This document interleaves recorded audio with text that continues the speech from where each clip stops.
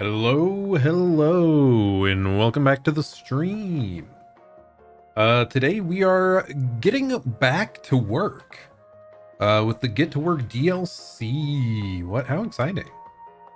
I did play this game back when it very first released, and we managed to clear, if I recall, the base game of it, and also there was like a bonus level after you reached the finish point that I also completed.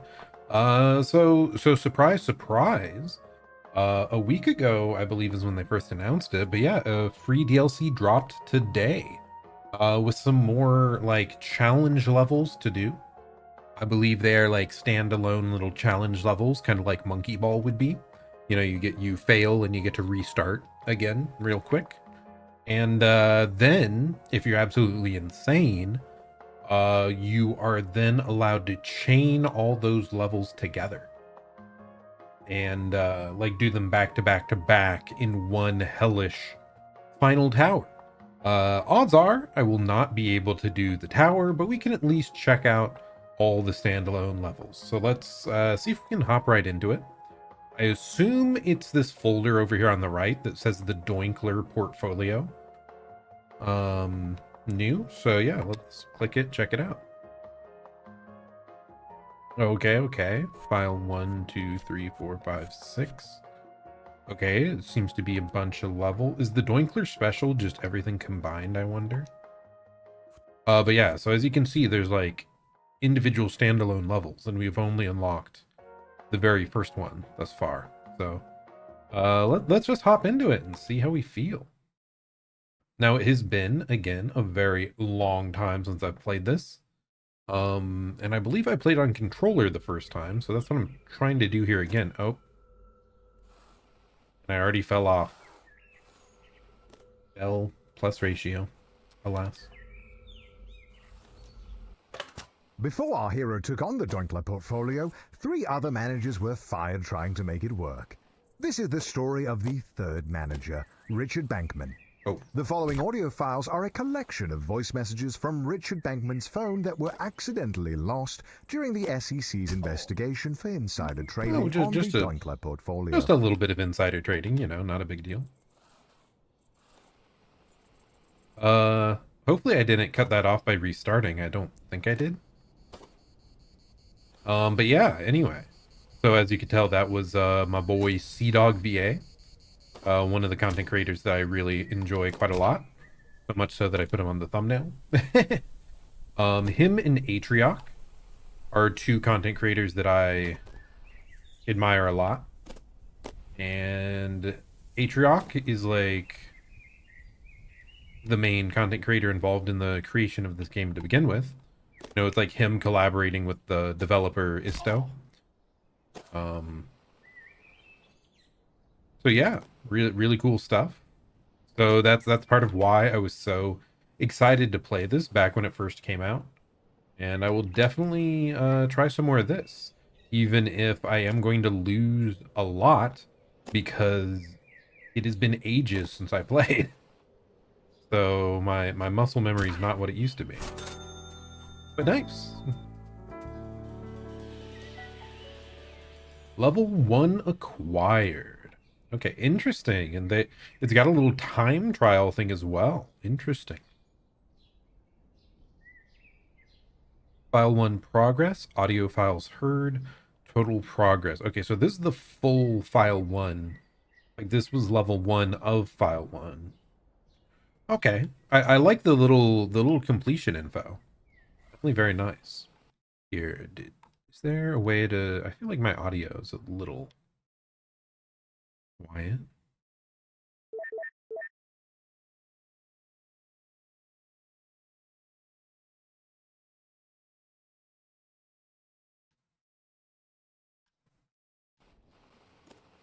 Okay, so we're just grooving around. The speed of sound. Got those cicadas in the background, huh? Yeah, not exactly the smoothest launch there. Let's try this again. God, it's been so long since I've messed with these played this game and messed with the physics, but it is like a really satisfying experience, I would say. Oh my gosh. Why did I look away from the screen? I'm a fool. A fool. Okay.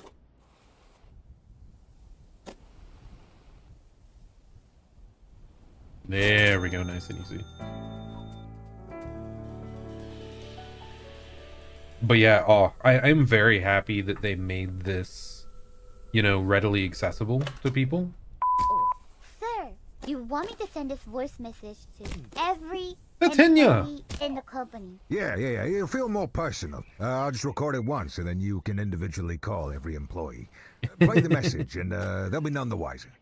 Sir, wouldn't an email be more efficient? Okay, here we go. To my fellow employee, this is your CEO. As you might have heard, Payman Lesser recently flubbed the Doinkler portfolio.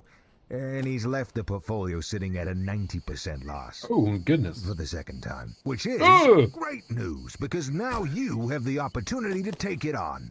If you want to apply, make sure to talk to Cassius, or Daryl Matthews.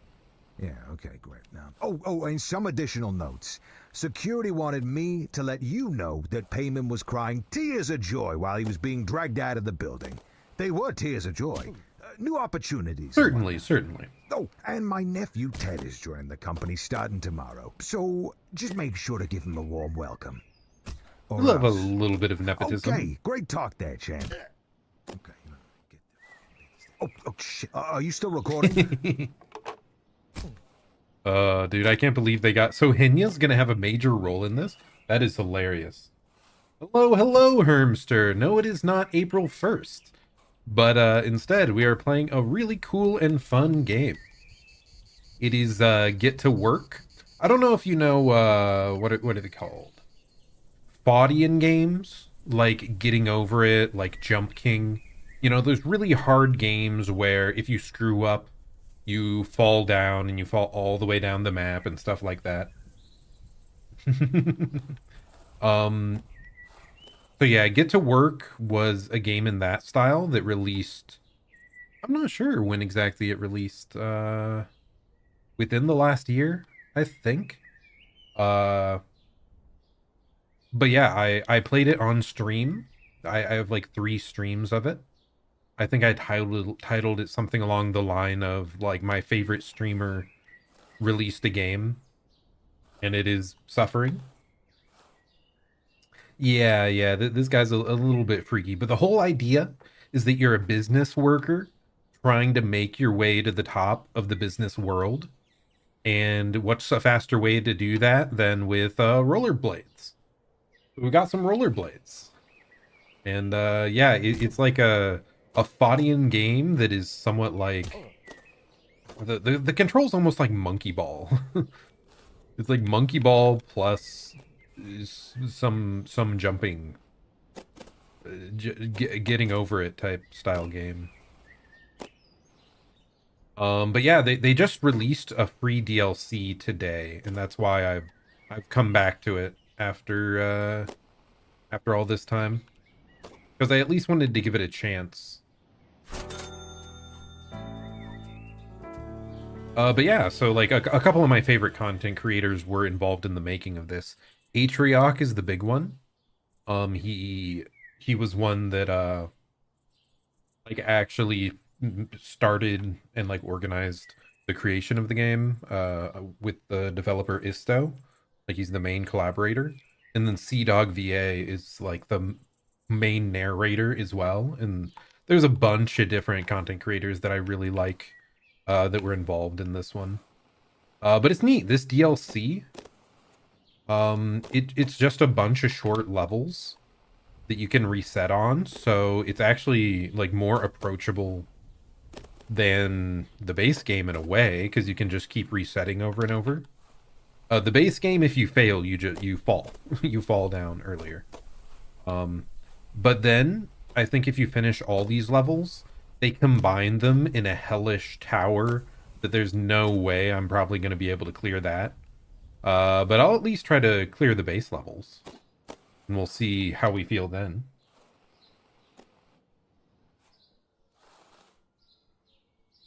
Oh yeah. It makes me think of like the stick bug dance. Do you know that meme? Do, do, do, do, do, do, do.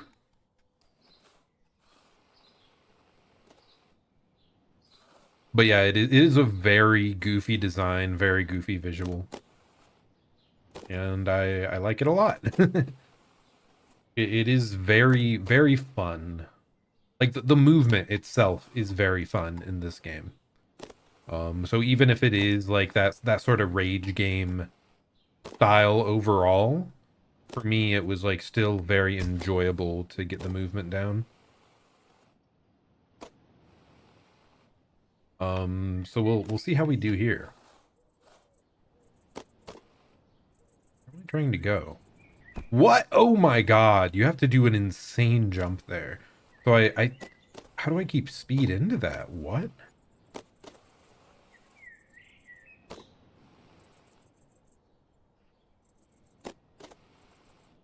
Oh wait, no, it wants me to go over here and ramp off that, I think. I see now. Yeah, stick bug. Get stick bugged. Very funny. Yeah, it's been a while since I've played a rage game though. I've played a decent amount of them on stream before. Getting over it, only up. Sisyphus game.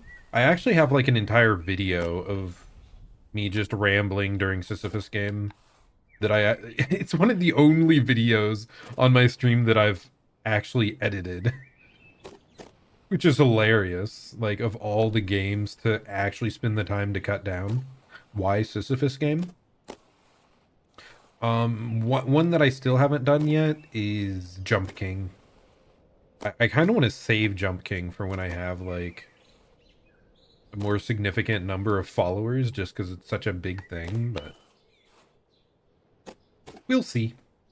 But this one, yeah, I played it on release, and it's the movement, as I said, is very fun, and because it has a bunch of content creators I know, the jokes and stuff is really nice as well. The little dialogues you can pick up, so there should be another one up here somewhere.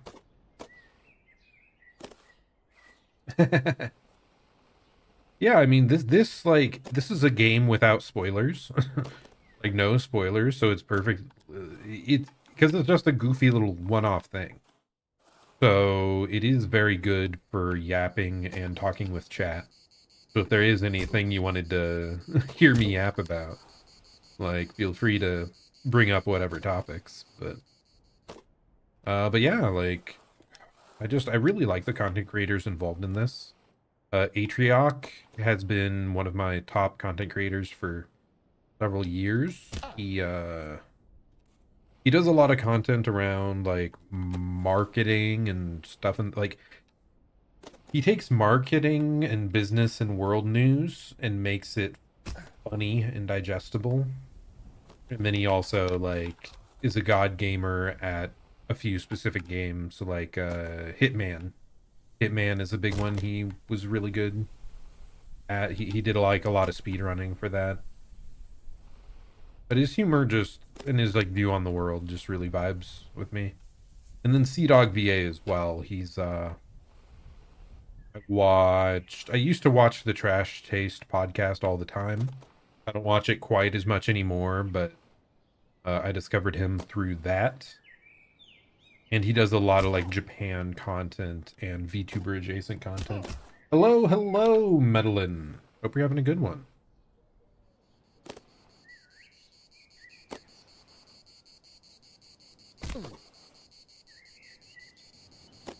See, what was my opinion on Roaring Night? Oh wow, you went back again without the mantle and almost dealt with him? I thought it was really, really cool. I really liked that fight. Yes, Madeline, I read them. I literally responded to you, and I made it myself.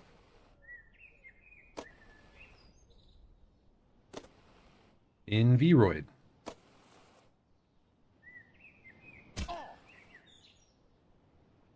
Do you have enough speed on this?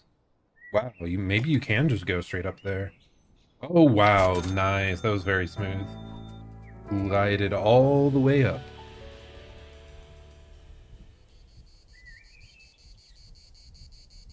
Okay, 50%. Oh, so we're half of the way through the first set of DLC levels, so that's nice. So it's kind of awesome. Thank you, thank you. Yeah, I've done a few upgrades to it over the last couple years, just when I found time. Don't exactly have the money to invest in one, so I just, got tired of waiting one day and sat down and made it myself. So that was fun. Something feels different about my Vtuber model, says Hermster over in the YouTube chat. Yeah, one thing that did change, I mean, for one, I did make some changes like a month ago or so. I don't know, maybe it's more recent. But I have like a different color sweatshirt. I updated the clothes, and then I also changed to a different tracking program. Warudo. Pretty nice.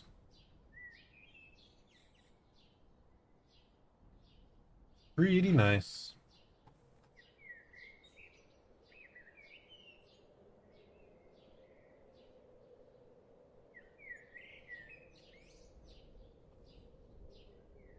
Yeah, have a good rest of your day, Hermster. Thanks for stopping by again, as usual. And yeah, like I said, oh, I did want to comment on that boss again. Yeah, I really, really enjoyed the boss. Hey, I was Richard, so happy to Gary have a here. challenge You know, again. your cubicle buddy from before you got promoted? Just wanted to see how that new promotion is going with that slick new office you got. All sparkly and shiny. Oh, by the way, did you hear about the Doinkler portfolio? Rumor has it the portfolio was cursed. Maybe by a ghost or A something. ghost? Oh no. But everyone's been Concerning. saying that if you do turn it around, you're guaranteed a promotion. Wouldn't that be something? I wish I had the guts to take it on. Maybe that would give me the confidence to ask out Penny. Okay, oversharing, Sure buddy. as well. Oversharing. Anyway, remember at the company barbecue when a bunch of kids on bikes threw a bunch of water balloons over the fence and they all kinda hit me, causing me to drop my plate of food, which I stepped in and slipped into and landed in the box of forks, Oh wow, which that's then a lot, activated buddy. a sort of Rube Goldberg machine of flying cutlery and fallen people that eventually resulted in me tripping into the grill, burning me severely? Well, you'll be happy to hear the doctors say I'll be good as new in 3 fiscal quarters. Nice. Look forward to that. Alright, call me back. God, I wonder who's voicing that. I don't recognize that voice. I love how they have so many different people involved. I have to put a different logo. What are you talking about? What's wrong with the logo? Unless you're talking about like the actual under channel panels, which I haven't touched or seen in like years. But if you're talking about the actual logo, I think it's fine. Bonk. Yeah, this is just one of those, like, this game you have to get used to pretty precise angles on the ramps to build up speed. I'd kind of forgotten.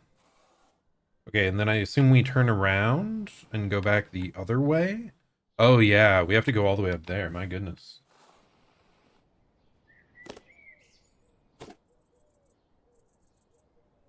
Why not the same? I mean, it's pretty standard to put a similar profile picture as your VTuber if you are a VTuber.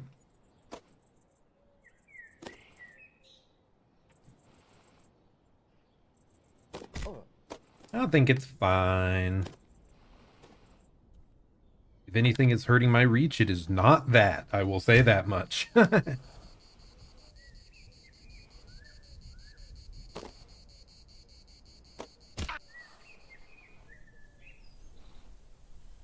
Gliding.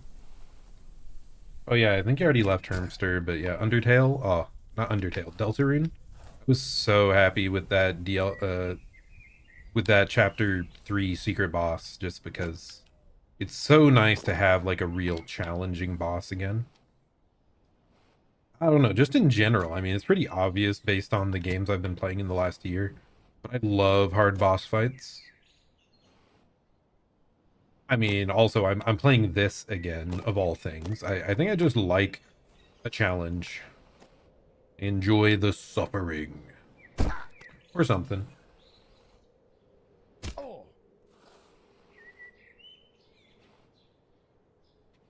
I think it's just that gradual feeling of improvement that is a really nice to have. Oh, Clair Obscure, man. Clair Obscure was so good. Okay, so I think I need to, like, ramp off that into the air and rotate at the same time. Because we need, like, even more speed. We're not getting enough speed here.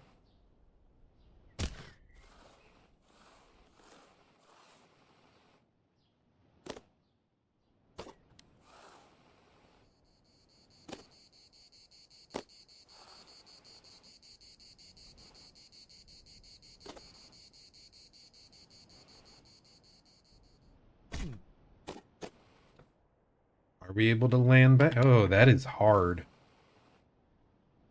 Your like rotate speed is so slow that I'm not sure that's like the path they want you to do.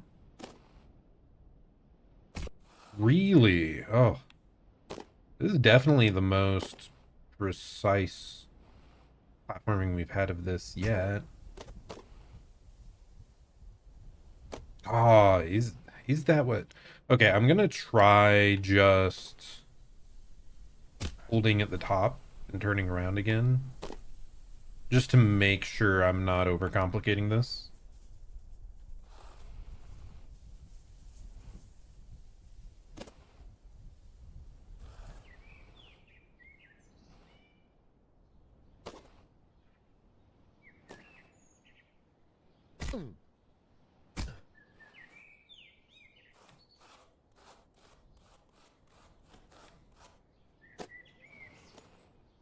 I was overcomplicating it. Okay, we're fine. We're fine, nice and easy. Just glide on over. Oh my good. Oh, wait, I have to hit that and ramp it from the other direction? Is that what I'm understanding? Dude, this is so nice that they basically made these into monkey ball levels that you can just reset immediately. I mean, I already thought that I liked the base design of the game a good amount, because it was like less punishing than your average body in game, up until maybe the last section got pretty punishing. But the fact that the base game was also split into like levels, they were larger levels, but you still weren't losing like nearly the amount of progress as you do in some other body-ins. Okay, try to get up top. Let's just turn our camera around entirely and then go.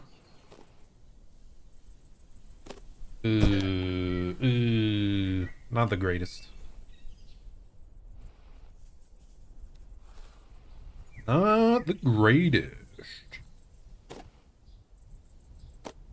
Yeah, overall though, like for Fadian games, this is still probably my favorite, just because it feels like it has distinct levels and like satisfying movement, I guess. Maybe that's the biggest part. You're playing through like only up or getting over it, and you don't feel like, oh my goodness, my movement, it is like incredible. Like maybe getting over it would get like that if you got speedrun level, because you can kind of fly, but apart from that, like the movement is pain. This, yeah, you have to be super precise at the end of the day to get like the right height on the ramps and stuff. But the movement at its core is like very fun. So even if you aren't making the jump, you're still usually having a good time, I would say. Okay, I have to land onto the blue section. That's what I missed there. I need to go a bit further than that. Land onto the blue. Okay, well, I need to stop doing that.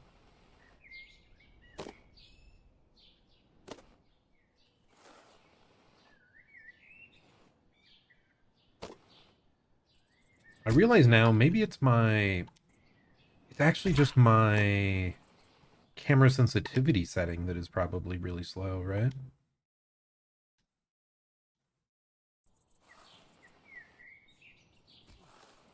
But do I want to change it? Because it makes it like really hard to do a 180 on that, but it makes precise turning easier.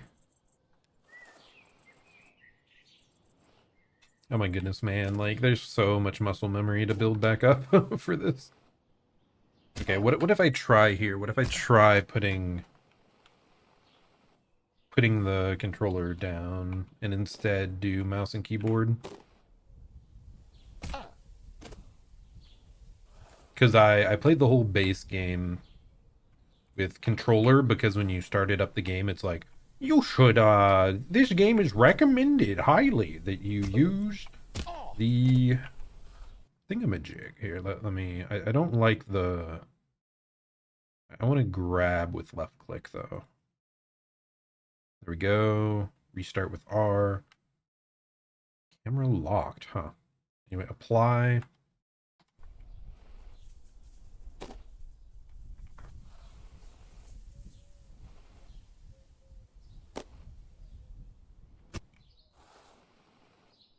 It would definitely take getting used to, but I already feel like I maybe have more control with the keyboard. I mean, I am usually a keyboard and mouse player in most games anyway. And just being able to like press and let go of the key.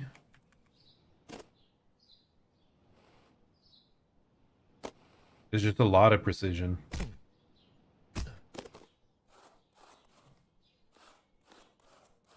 You tap left click a bunch, you can climb that slowly. Okay, no, you have to be all the way up. My goodness, man. I could definitely see my hands getting tired faster from mouse and keyboard on this, though. Because you're just mostly W pressing. W keying. That was like much easier to do the turnaround though with the mouse.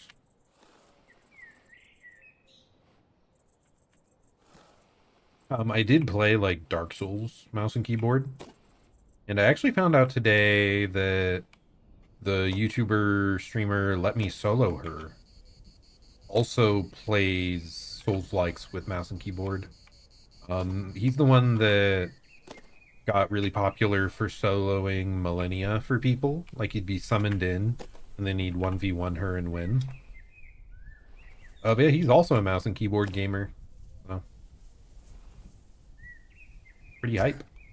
Pretty nice. Yeah, I'm definitely more accustomed to mouse and keyboard. Like, I'm not quite nailing these jumps perfectly, but I think it's just because I'm still adapting to these controls. But like that camera flip, like the part of the reason I bring up Souls-likes is a game I play mouse and keyboard. Controlling the camera in those, if you're not using lock cam, I would not like doing that on controller. In general, I think camera controls are so much harder for me on controller over mouse and keyboard for any game. Part of it's me just not being accustomed to controller, but I think there's also just an inherent strength to mouse controlling camera. It just lets you be so much more precise. But nice, awesome. We cleared another level, so let's keep the movement going. Okay.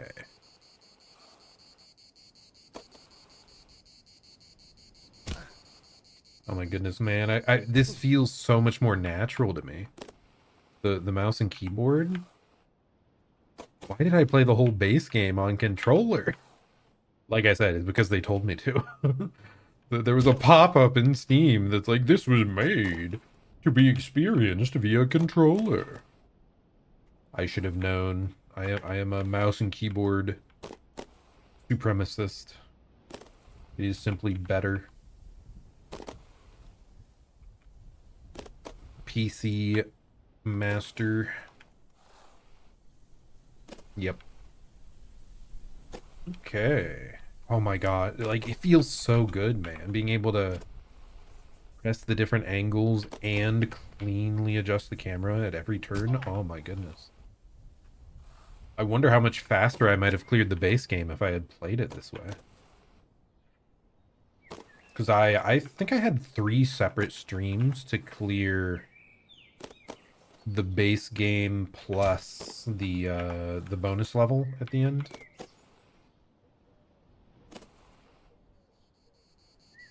I'm still surprised when I watched a bunch of content creators play this game. Because a lot of content creators did end up voicing in it as well. They have like little dialogue lines that get tossed in. Oh, really? I was so sure that I would just glide straight up that.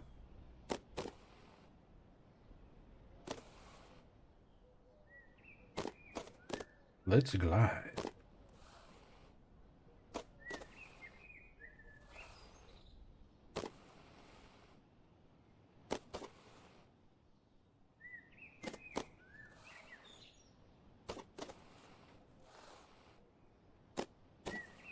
Okay. Man, you just... something you have to feel. You have to become natural. And that's why it was so fun, man. Like, compared to most... Like, I remember playing Getting Over It, and sure, like, it takes time to get used to the jankness of the motion there. Or, sorry, not Getting Over It. Only Up is what I meant. Like, you have to get used to the motion and the jankness of it and all that stuff, but, like, there was no moment in that game I'm like, oh, that was a sick move I just did. Like, no single moment was overly impressive. Apart from, like, maybe some, like, bounces. That there were moments you had to, like, bounce off an object and fly across the map and land somewhere, or like multi-bounce. But that wasn't like really the majority of the movement in that game. Like, it didn't feel like I was polishing an overall like movement skill. I was just getting better at like not making minor screw ups. Like you had to do it perfect, but it wasn't satisfying to do the actual momentum, the actual tricks. So that's what's so cool about this one. You can feel yourself gradually building up the moveset, the skills to glide along.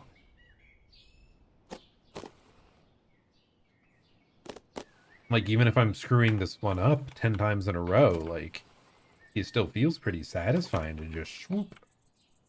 Yeah, maybe I should be aiming more for the, I was gonna say the top corners, and then that launched me at totally a horrible angle. That is kind of an unfortunate thing on these particular ramps compared to the base game. The base game often gave you, like, skid marks along the ramps, kind of indicating what part you should be launching off to safely get to the next one. This one, not so much.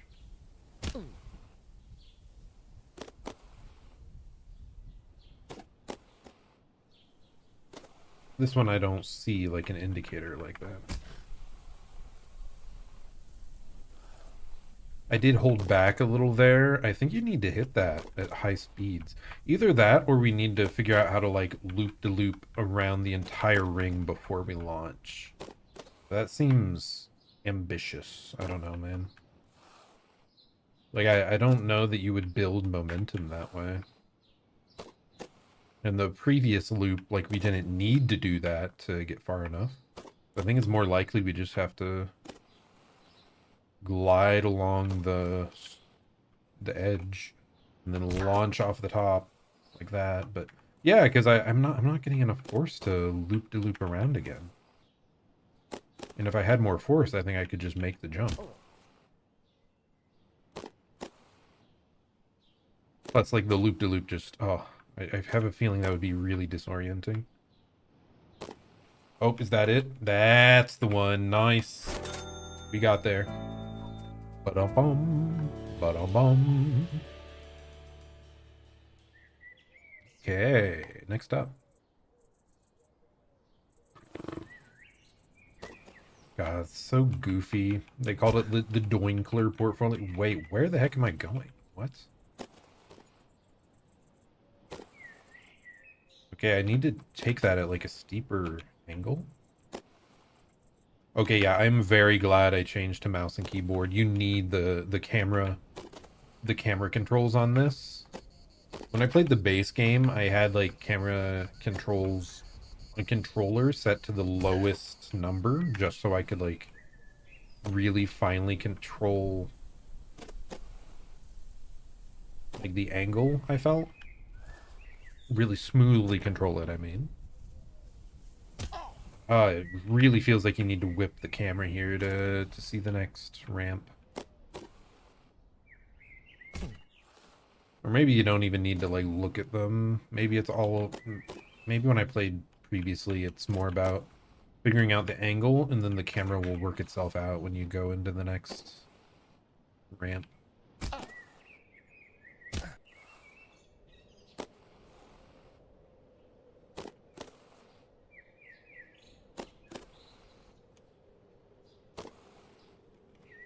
Wait, what am I doing here? Where?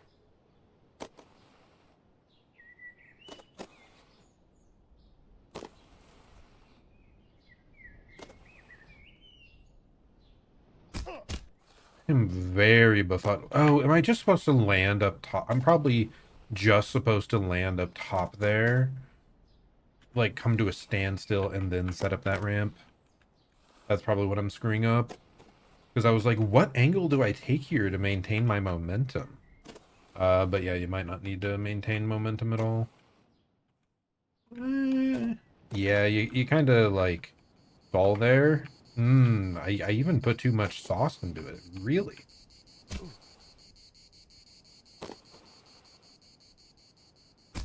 Glide to the left. Glide to the right.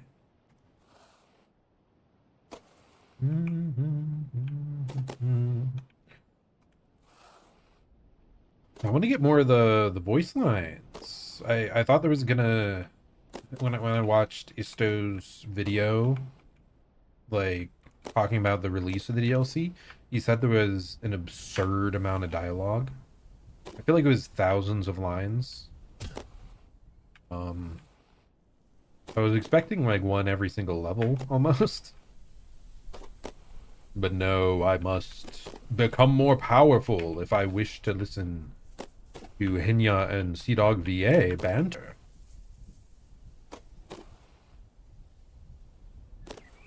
That does remind me, I really should go back and listen to just the full base game podcast files that you can collect, because I did not collect all of them on my playthrough. It was enough of a struggle to clear the base game and bonus level. So I feel like there's some witty banter I might have missed. And I might have even listened to them at some point. Now that I think about it, I might have watched a YouTube video that just compiled them all at the end, but I don't remember them well enough. There we go! Man, Doinkler portfolio is up. Okay, what do we got? What do we got? What do we got? We're 80% of the way through, but we're still missing 40% of the audio files. And we're only 13% through overall. Wow. Bro, this is going to be a nightmare when they put them all together. My goodness.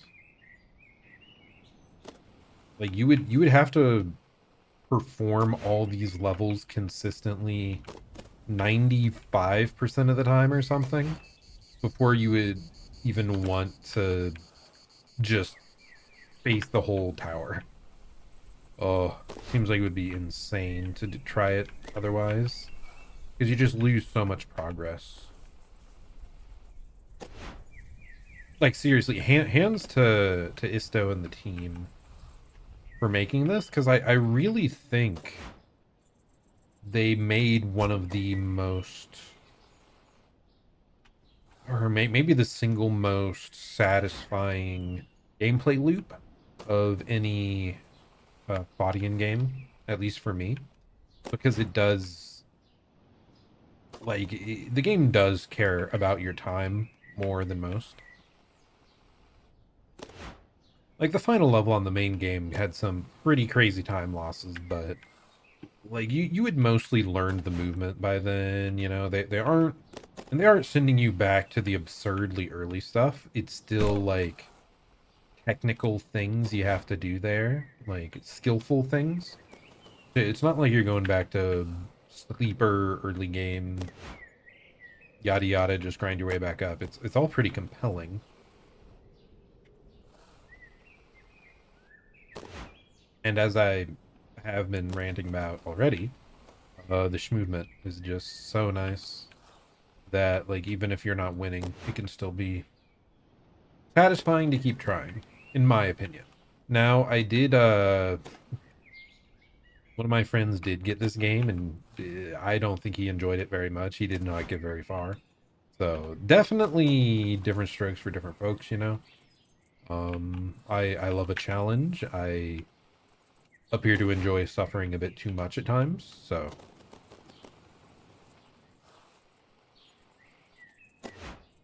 of course a game like this is something I would find appealing. I wonder if anyone's already like full cleared the actual tower challenge level thing.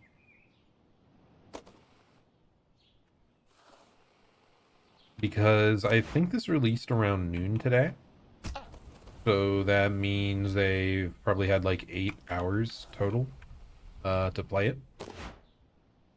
And there's people that speed ran the base game all the time, and they have all this like movement tech, and they're just so consistent with it. So I could see them just picking this up, taking to it like a fish to water. A very fast fish to water.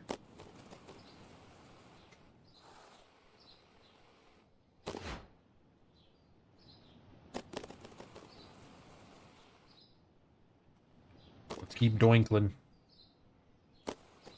Doinkler portfolio. Oh, that was an audio track. I need it. I need it. I need to know what Henya has to say. It is so funny that of all people, like, Henya got involved with the production of this. I assume it was via like CdawgVA's connections with Iron Mouse and Vshoujo. Like, I assume that's where the friendship, the connection came from. Or what do I know? Maybe Atrioc watches a few Henya clips on his time off, you know. There are Vtuber enjoyers among every one of us. It's possible. Beneath that gruff persona, I know Atrioc yearns for the anime. For the Vtuber. Oh no. Oh, did we do this again? No! I should test that. There's like a way to consistently always fling yourself up.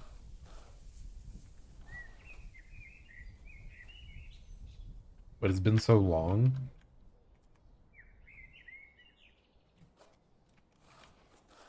Yeah, I should test this more because it's gonna be important.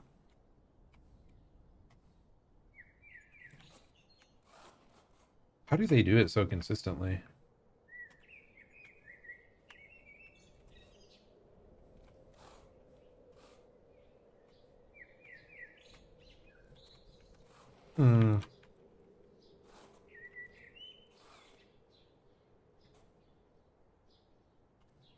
But yeah, I don't know. Just for some reason, like,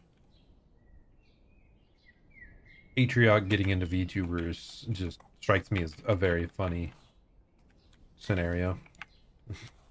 I think it's because he's so, you know, business minded, very professional.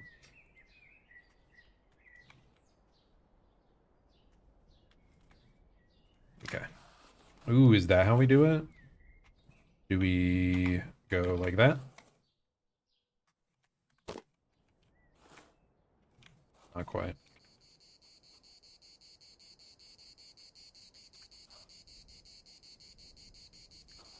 Okay, that's how. Okay.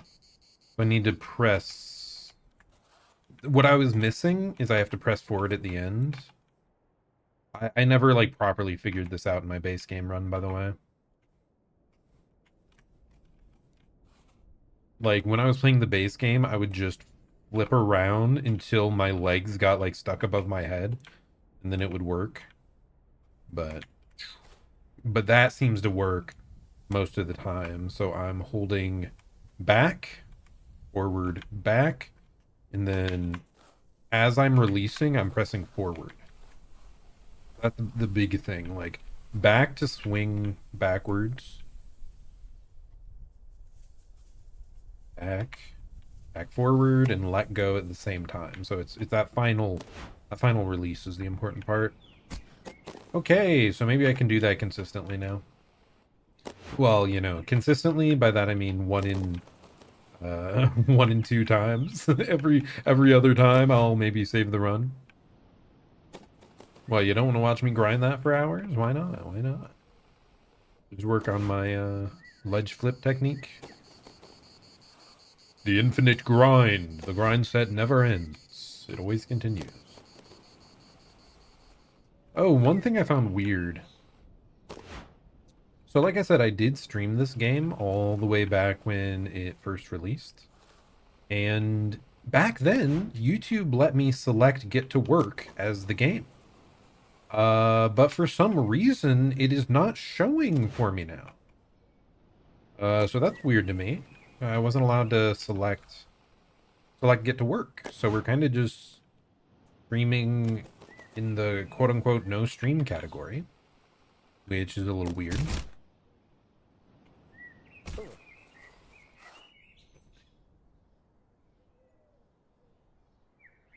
Yeah, so that's a little unusual to me.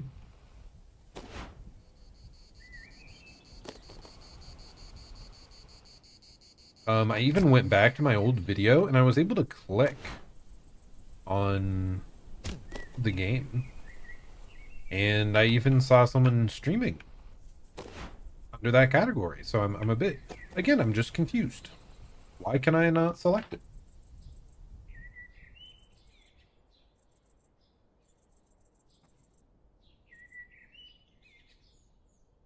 Okay, just adjusting. Everything's fine. It is all right. But man, I am, again, so happy that they give us this option to just reset. Because, you know, most people just would not play this at all. Like, they would give up so quick with the levels being, with the challenges being this hard. If it was just all one contiguous level from the get-go. So I do think the monkey ball style trials, very good idea, very good.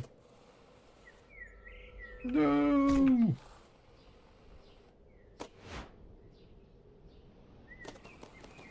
I need the voice clips, Dio! Give it to me, Dio!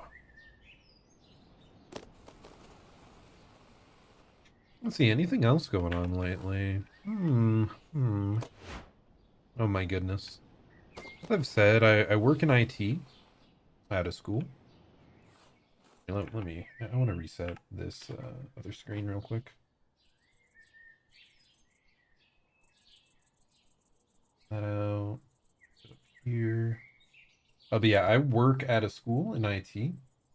And my goodness, there we go. So it's currently over the summer, so we're doing a lot more like big boring tasks, stuff like that. And one thing is like the vice principal wanted a bunch of the cameras moved, like the ceiling cameras moved. And oh my god, I tried to start moving one today, but she wants it moved all the way down like the hallway, hundreds and hundreds of feet. And to do this, I'm having to like take out the ceiling tile that has the camera in it and take the Ethernet cord there and then like work my way through the ceiling cable channel to slowly unlink this cable that is like underneath several other cables for like hundreds and hundreds. Okay, maybe I'm exaggerating. I'm bad with instances, but I think it's like 200 feet. Where I'm having to like set up the ladder, move the ceiling tile, stick my head up there, grab the cable, untangle it from the other cables, and then like move the ladder a few feet down and like complete this ad nauseum. Yeah, so I'm gonna be spending a good chunk of tomorrow doing that, just trying to get this camera moved. So a little tedious, but hey, it's yeah. Oh no, not my favorite part of my job. The tedious, long, monotonous tasks, I guess. I'll just have to listen to the Lemonade Stand podcast or something. You know, it's pretty quality, pretty quality. It's the podcast that Atrioc co-hosts. Once again, one of the guys involved in the creation of this game. Or the main guy, apart from the dev. Okay, we'll keep on gliding around these corners. Yeah, something about this one. Oh gosh, I finally got it. Yes! Hey, this message is for Mr. Richard Is that Bankman. Squeaks? My name is Cassius Feynman, but all of my peers call me Cash. But don't call me that. I don't know you. Listen, I'm one of the VPs managing the Doinkler portfolio, and I received your inquiry to learn more about the portfolio, so, you know, pretty straightforward if you take it on. You'll have 4 fiscal quarters to return it to its initial value, plus 10%. And if you do, well, let's just say a department head position would magically get created, and you'd be a very strong contender for the spot. Oh my gosh. Applications close January 10th, so feel free to swing by my office. The fact that Talk they soon, aren't guaranteeing Cassius. it. Oh my god. I forgot that the voice lines, the writing in this is so goofy, so funny, so doomer. Like the fact that the guy's like, you would be a pretty good you know, a good candidate. He can't even promise it to you. And I believe they were saying that the portfolio was at 10% of 10% of its value. So like we have to 110x this portfolio, which is absolutely absurd. Like I better be getting a major position, a bit of a cut, you know, something for me. Okay, well that is not great. Yeah, this is the first challenging level I feel with an actual like reset that hurts a little bit. Because yeah, this first section's a bit rough, and then there's a second set of challenging platforms. Doinkler. And it's such a goofy title. Such a goofy name.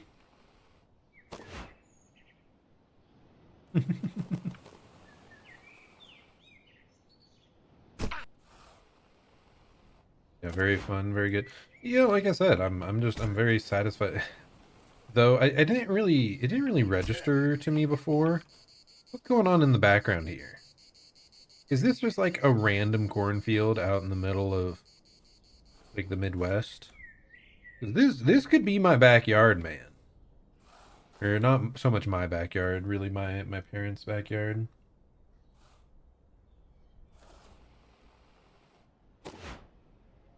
Yeah, we live in corn country. What a fun time.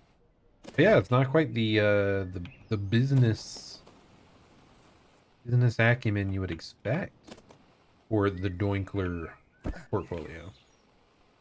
Or will it change as we level up to like more and more urban areas slash like futuristic metropolitan background or something? Or are we just staying chill, staying calm, and like keeping the corn and chill vibes? Got the cicadas really going over here, man. They really do be chirping away. Man, I'm getting bodied here.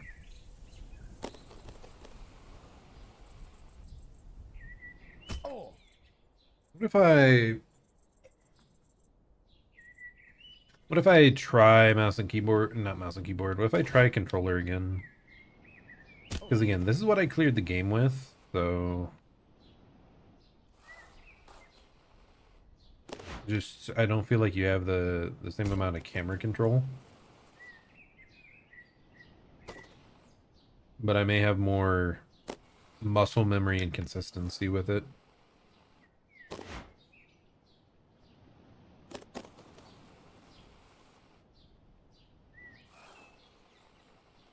Okay, how am I getting more speed on this?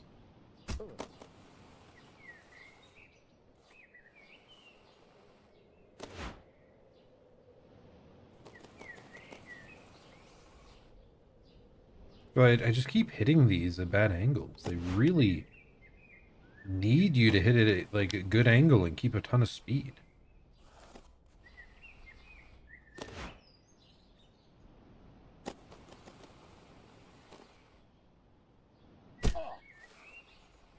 Yeah, like what am I doing wrong? Do I have to start on the right there? On the inside? Start on the right, go to the left corner.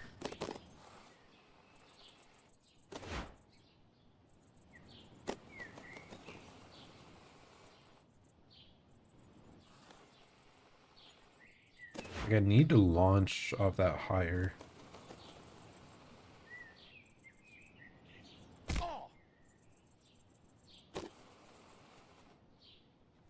Okay, I think both these ramps, like I need to be aiming to launch off the top corner. Ah, but you have to get enough speed first, dude. That is so brutal.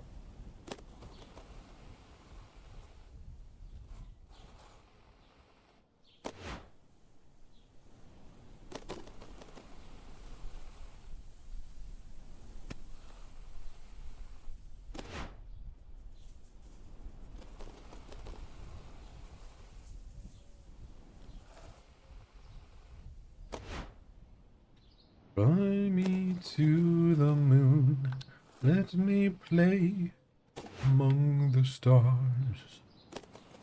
Let me see what spring is like on Jupiter and Mars. Yeah, I don't think it's letting me win. In other words, hold my hand.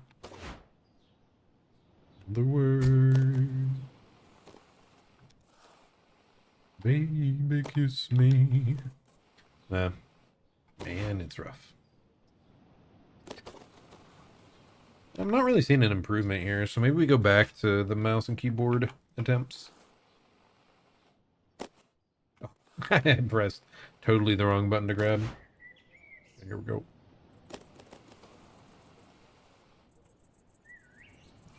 I already feel like that was a bit better, but...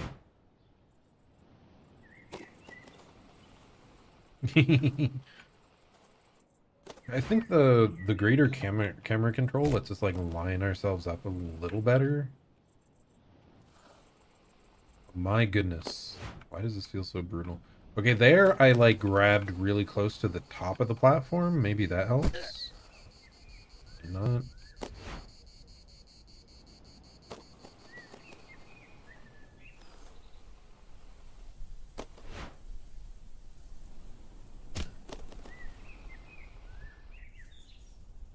Wait, that would have maybe made it. What?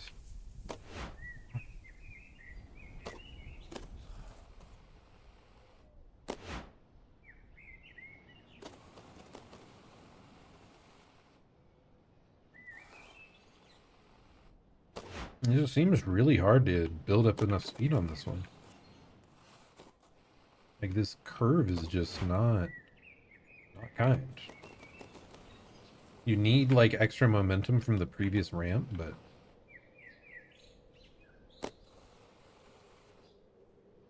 No!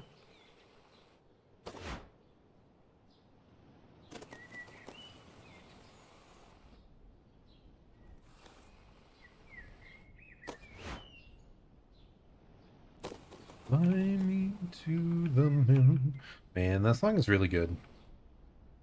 It's still one of my, like, has to be one of my favorite songs to sing. Period. Not that I'm, like, exceptional at it or anything. I do think it just, like, suits my voice range maybe a little better than some other options. Okay, that actually... Really? It felt like we had speed. I'm so confused about what I am supposed to do to make this consistent. Because I feel like I have speed, but I still don't have... I'm not getting the right thing.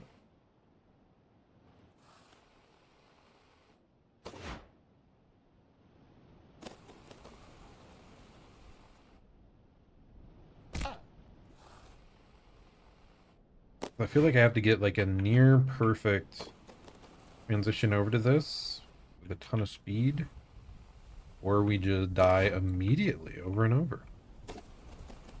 And then the fact that there's like another set of scary jumps after this that I haven't dealt with adds extra concern to it.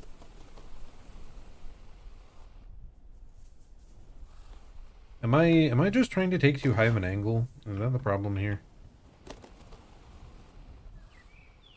Okay, what if I try to land on like the top left here and swoop around there? I mean, we got a little more speed, but... Okay, go up and then curve downwards.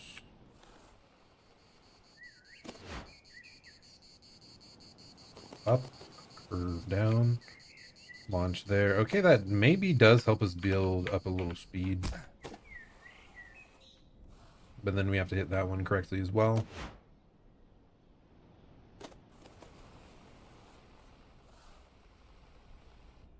Like I said, what I'm trying to do is hit like this part of the ramp low, then go high, then go low again. Low, high, low. I think it helped us build up like more speed.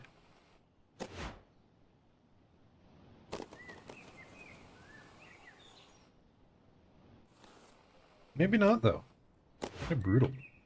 What else has gone on? Over the weekend, I did go kayaking with my brother, which was kind of nice.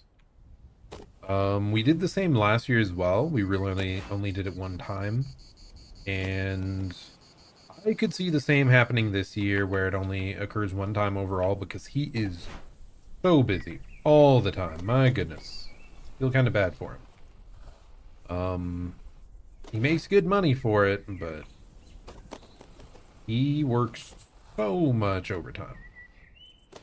So, but yeah, he had a really clear weekend this time, though.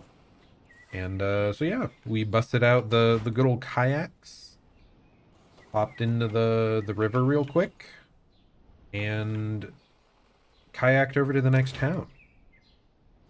And just lazily through the river. Took like, I don't know, 5 hours or something.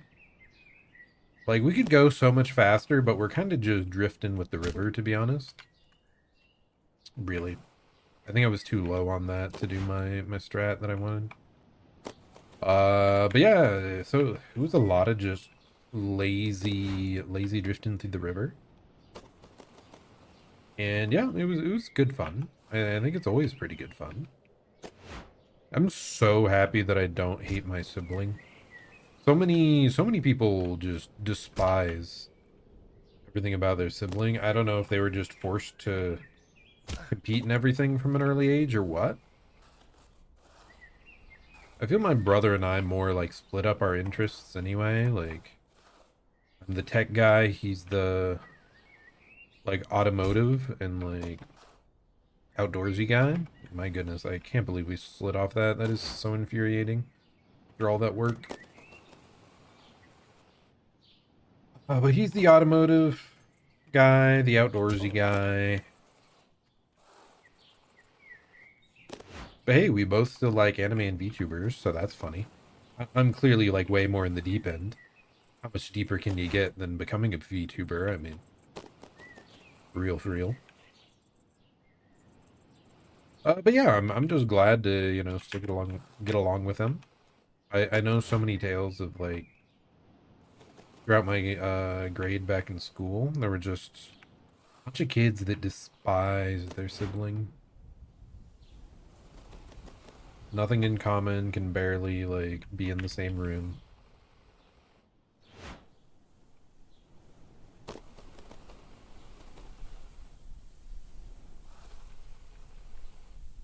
So yeah, he brought me kayaking, and what beyond that? Actually, my birthday weekend is coming up here, or not really weekend. My birthday is coming up this next week. And this current week, I mean. But people are busy next weekend, so we kind of did birthday stuff with the family this last weekend. And so yeah, after we finished up with kayaking, he brought me to like a Japanese restaurant we have in town that is really nice, and treated me to that. So very thankful for that. It was very good, very yummy.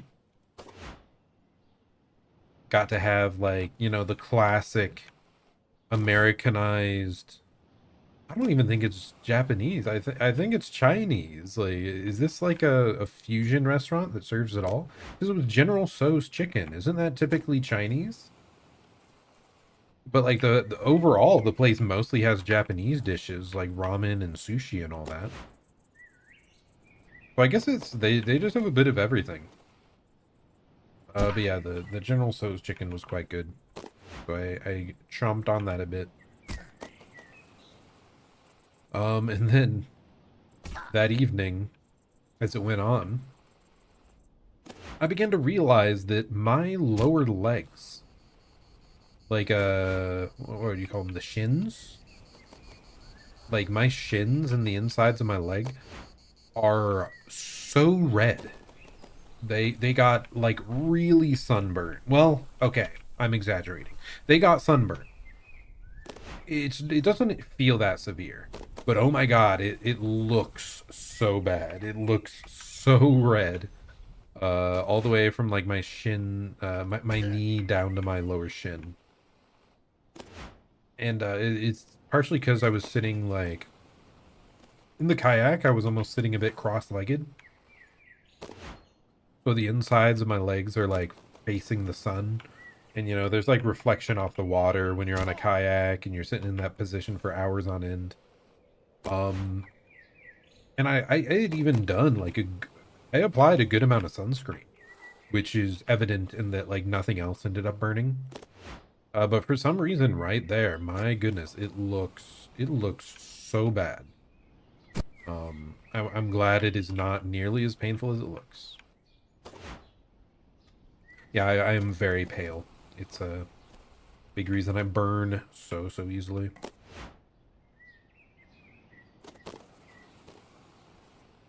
Even after work now, I try to do 1 to 2 laps around like a neighborhood. What would you call it? Like walking, jogging path? I could be wrong, but I feel like it's 1.5 miles long. So I try to do 1 to 2 laps around it after work each day. I got out of the habit a bit, but I'm getting back into it. Trust me, trust me. But I figured out that I have to apply sunscreen to the back of my neck because I was getting burnt there as well. So yeah, I have low sun resistance. You know, it comes with being a demonic human, I think. Slash gamer, slash indoor person, slash tech guy, slash guy that rarely touches grass.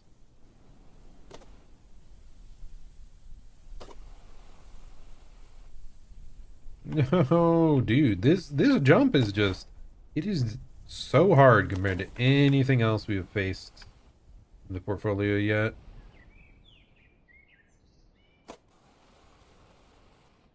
There we go, nice. Whew.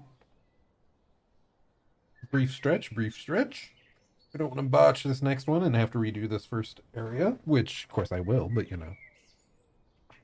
Ugh.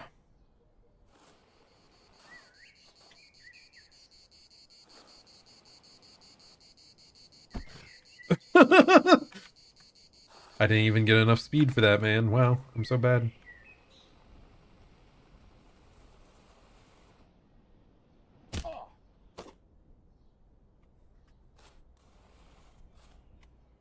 Okay. We reset those. So we have to hit that at such a weird angle. Like I said, oh my gosh, I'm an idiot. I did it again. Okay, well, unfortunate. Yeah, the real challenge this is having is they don't have the skid marks to tell you where to approach on the ramp. Just leading to a lot more trial and error. Because we're just approaching the next ramp at like a really odd angle each time.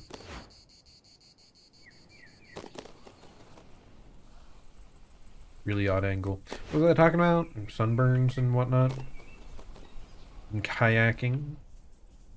Last year when we went kayaking, we actually saw a bald eagle, which is pretty neat.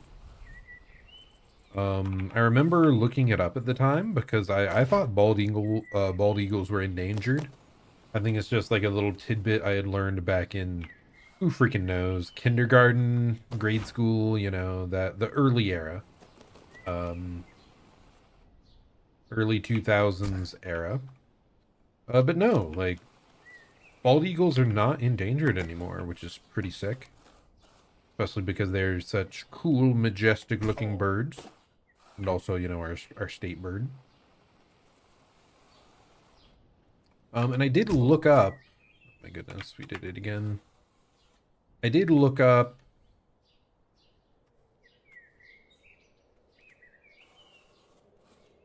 I had told Nando the other day that eagles, when referenced in media, usually have a different sound than they actually have in reality.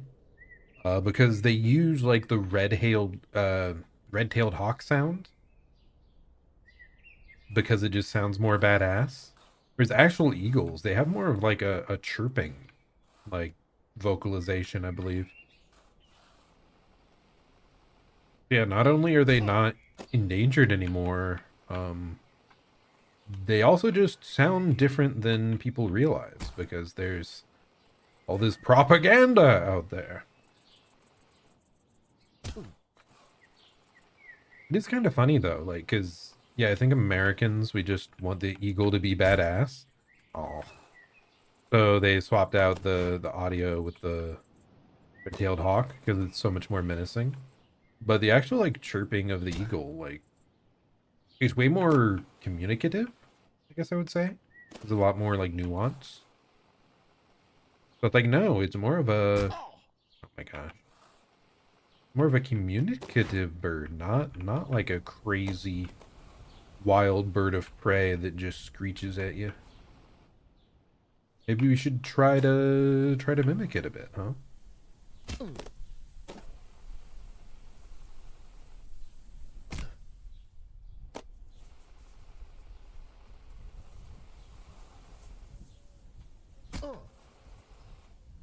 Yeah, I didn't think that would be good enough.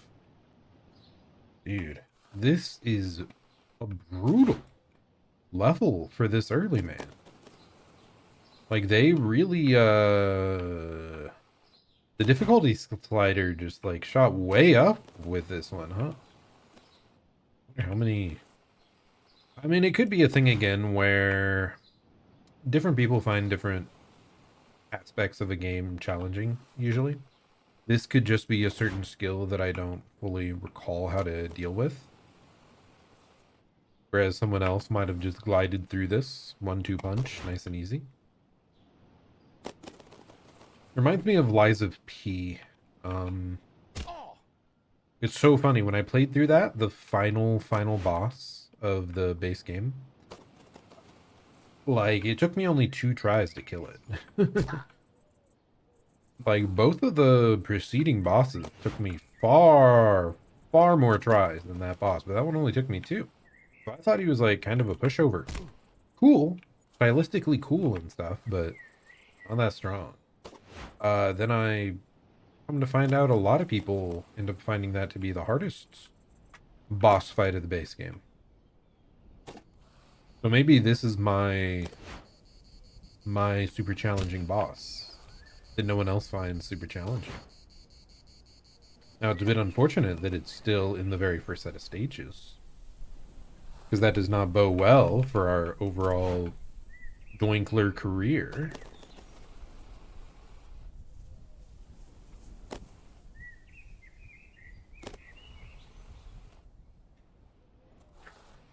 I just can't imagine. Again, like, so in the long run, you're expected to climb all the way up this entire tower.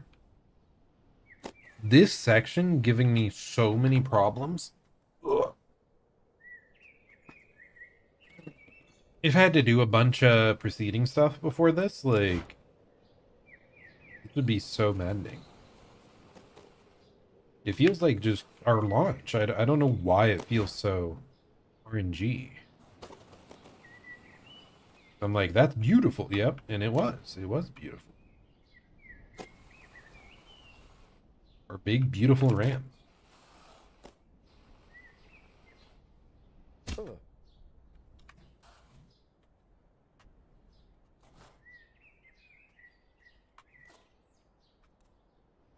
Well, that is unfortunate. Yeah, I'm not sure what to do when you end up grabbing so low on the side.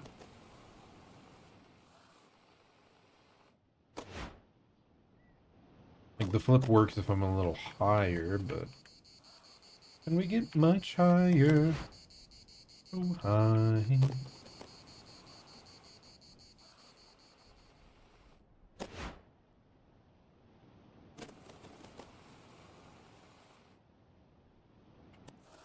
Really? I might have actually... No, I think I hit that too hard. The launch would have been messed up, but I didn't think I was anywhere close. Which just goes back to, like... I don't understand this jump. Like, at all. Let's try there.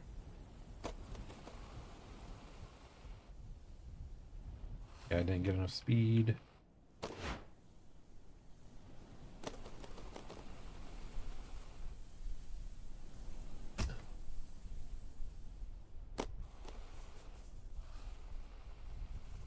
I have more, like, mid-air drift control than I realize. And I, like, line myself up with the ramp more than I currently know.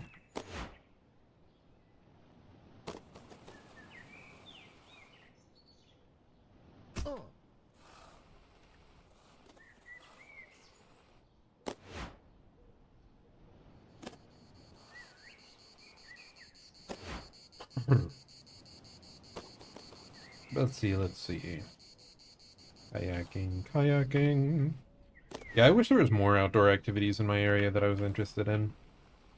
If I lived in the mountains, like mountainous areas, I do feel like hiking through the mountains would be dope. As long as there aren't a crazy amount of bugs. That's one of the tragic things when I am over at, like, my parents' place. They have, like, a pretty long driveway with a nice view, I would say. It's like a quarter of a mile long or something, and with hills and trees along the side of it. Looks pretty nice. So we like to, like, when we finish dinner, several of us like to just go on a walk up and down it. You know, chill, time to relax and stuff. But my goodness, have the bugs gotten abysmal this time of year. Really? How is that? I need to just, like, grab at the very start every single time, like as far back as I can, and build max speed there. Because I'm coming up ever so slightly short when I should not be. Like, especially with this part being such a challenge, I should never be missing that next ramp. But yeah, there's so many bugs outside this time of year. So we'd like walk up and down. There's a bunch of like mosquitoes and biting flies. I think we've actually had more issues with the biting flies and other bugs recently. They're just really, really frustrating to deal with. Because, like, I just remember getting bit on my forehead and it was swelling up real bad. And it stays swollen for the next, like, 3 days. Like, what's up with that? I just want to walk here. I'm walking here. This is our land. Get off of it, bugs.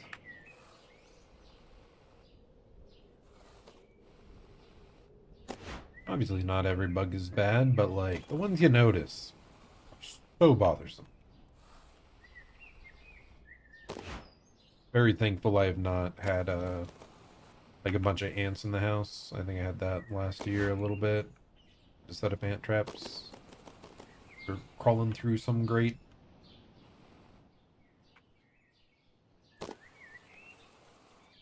But yeah, I'm such a bug hater. Okay. So we lock in. Then we begin gliding forward. Okay, yeah, we just make it. Just make it. Bro!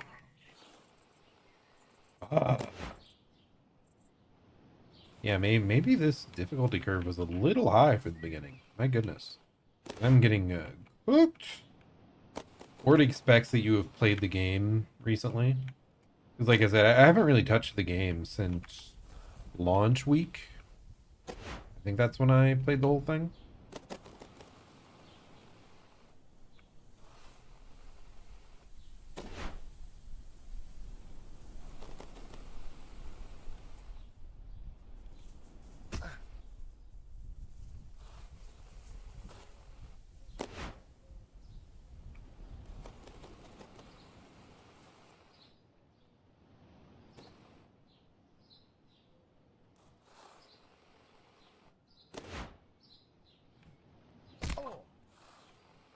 Man, I've been yapping. Need to take a deep breath and lock in. I'm kind of just imagining like the Dark Souls music in the back of my head here. Too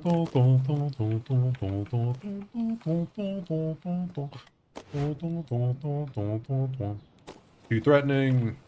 It's such a menacing enemy. He keeps one-shotting me. It's not fair.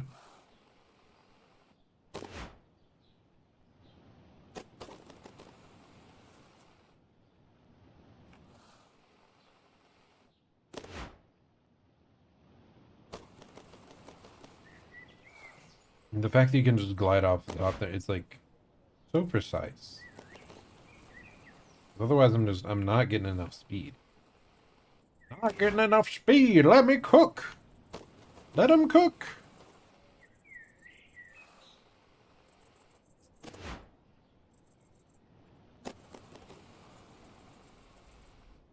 Because I feel like I'm hitting it at a good angle, and it's just lacking speed anyway. Because I'm trying to go up it too steeply towards the latter half. Swing me down.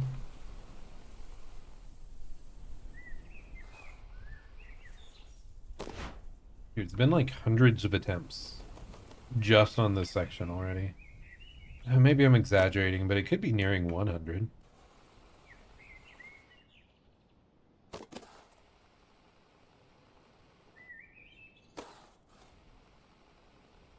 Okay, be ready to launch. Keep angle. Am I going down there? No way. No, because this is... Fuck. It's a little upsetting that they don't have the skid marks to give you a, like, rough guide on where you're launching to the next one, because it can vary so much. Okay, there we go.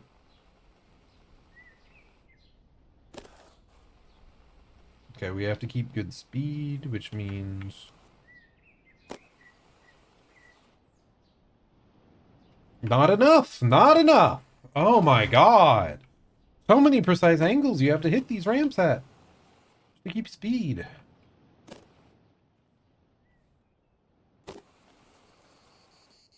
Like, yeah, it feels like some of the final zone ramps, which, I mean, I guess is DLC. I guess it is expected to just be harder.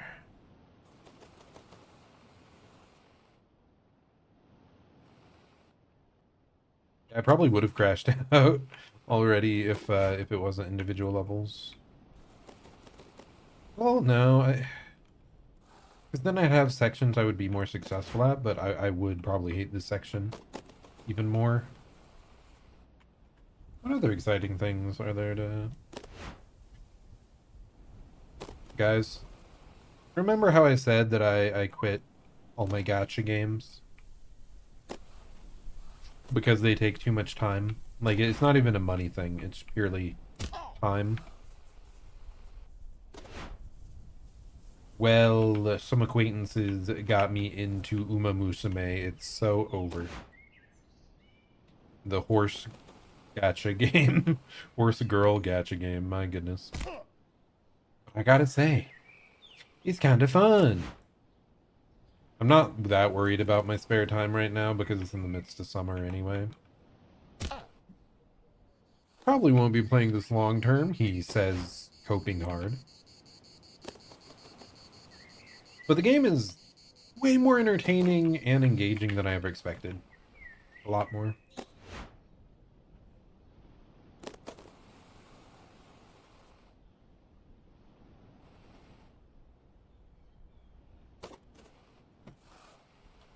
I think it's because, like, basically if you do a run where you're skipping dialogue, which, if you're training up a horse hundreds of times, like, you're gonna be skipping all dialogue. So, like, the in-game loop, you're trying to power them up, and it's just constant. You're clicking an option, you're clicking an option, you get feedback, you're clicking an option, you get feedback, you're clicking an option, you get feedback. It's like it's like short form content, man. It's like the shorts feeding you a constant drip of engagement. But to be fair, this does involve a little more strategery. You know, you're actually like trying to figure stuff out, but it also involves a shit ton of RNG and Gamba. My goodness, there's so much RNG in that game. It's why it's kind of funny that it's horse racing based. It's not even like betting on the horses, quote unquote. It's just every action you do has like an RNG roll. So you're like, oh, gamble, gamble, gamble, gamble.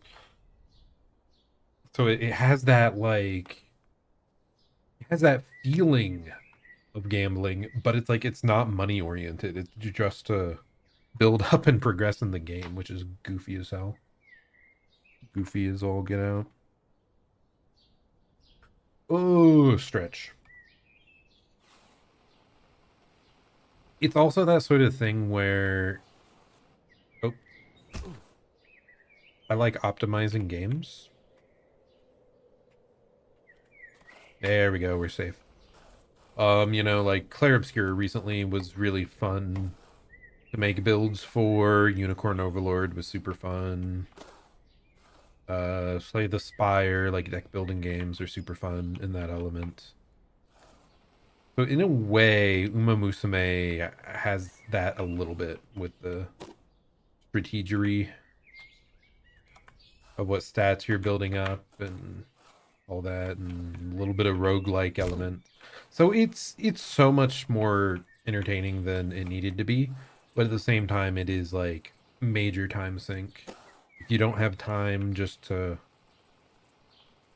grind away, I would not recommend it then. But hey, if you are into gacha, hey, entertaining. And I don't know, I guess that's the big thing of any gacha, is I've always had the most fun when I have friends to compare with. Like, that's why I got into Grand Blue Fantasy back in the day. I had a friend that was into it that got me into it, and we would like talk about and theory craft like builds and oh my gosh. And get hyped when a new character banner released, all that stuff. So like that part is what really ends up being fun. The most fun. Like the game itself has to be fun too, but that's like a big bonus for some of them. Or at least I think it needs to be. That's why like back when I played Genshin, I gave up. And Arknights as well. I just reached a certain point when I was playing the game that it's like, I'm only getting on to get the daily rewards to see number goes up on character. I'm not planning to like use it. None of the gameplay has been exciting for months and months. Like, I haven't experienced a challenge, or they have a challenge level that is like brutally precise. So it's like there's no in between. There's no happy medium of like I struggle a bit, but I can like work my way through it and succeed. It's like one or the other. It's like unimaginably difficult or like shut my brain off, like auto battle bullshit. But like when I get to that point, that's when I'm like, okay, no, this game it's not worth it. Why am I doing it? It's purely a time filler. Like I'm not being compelled by the gameplay anymore. So that's why I dropped most gacha.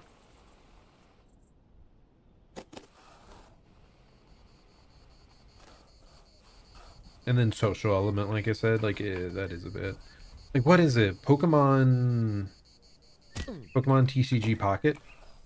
It's like Pokemon's collectible card game app that actually doesn't have the same rules as the base Pokemon trading card game, which is goofy as hell. Okay, well. I found it really entertaining when I first started playing it, but oh my gosh, like they've already in a few months. Okay, maybe it's been half a year now. I don't remember when it came out. But they've already reached such absurd levels of power creep in that like the game's decided oftentimes in 2 turns, which is like majorly influenced by just your opening hand. You don't actually get to make many decisions for the gameplay element. It's still fun to like open free packs and be like, ooh, shiny new card. Oh, look at this adorable Eevee art. So like I still do that part, but it's like the gameplay. The gameplay's not there for me. So I do think I need to cut that game off soon. I don't know. Again, a part of this is just the mobile game market is so trash, man. So garbage. That's why Balatro was like so beloved. We need more Balatro. More Balatros for the mobile devices. Like what was it? My peak for mobile gaming was Super Auto Pets and then like Balatro. And then I it's wild. I played Teamfight Tactics on mobile for a while. But that that you need such a large chunk of time that it's not practical for mobile. Good mobile games should let you be able to like sit them down mid-run and come back to it. So TFT was not that at all. But Super Auto Pets and Balatro were very much that. Like if you got interrupted, you're out and about. You can just put your phone to sleep and continue the run later. Bro, there's no way Slay the Spire is on mobile, right? That would be sick. Slay the Spire 2, question mark?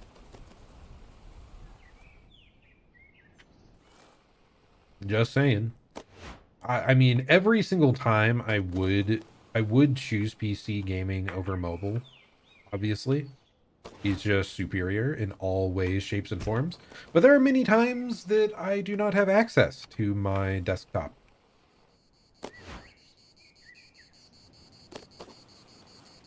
So, like, I would like to have good games accessible in that time. I guess the other best mobile games are purely just like emulating old Nintendo games and whatnot. Don't sue me, Nintendo. I have the original copy of the game. I'm doing it totally legit. Trust me. Honestly, I probably was only emulating games that I own. So, but like Pokemon on mobile slaps. I don't know why they haven't just released released it in the app stores, just a mobile variant of some of the old Pokemon games. I swear they would sell.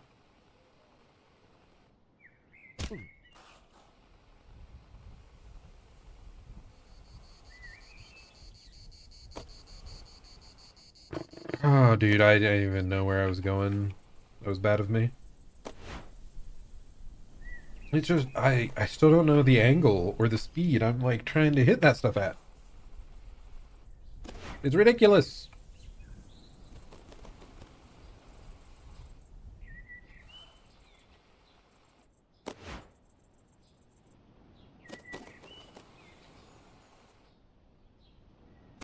Like, I don't know if this is just disproportionately hard compared to the surrounding levels, or if the difficulty spike really was that severe. It feels so easy for, like, because I know this game is in a way targeted at streamers. Like, who else is going to torture themselves for hours and hours to, like, climb 10 centimeters up an unfathomably high tower? Unless they have hundreds of people cheering them on in Twitch chat, or if they are me and they are sick and want a difficult challenge no matter what, because they can handle it, or so they think, and they really can't, but, you know, he believes he can, and so he ends up grinding away for hours on end.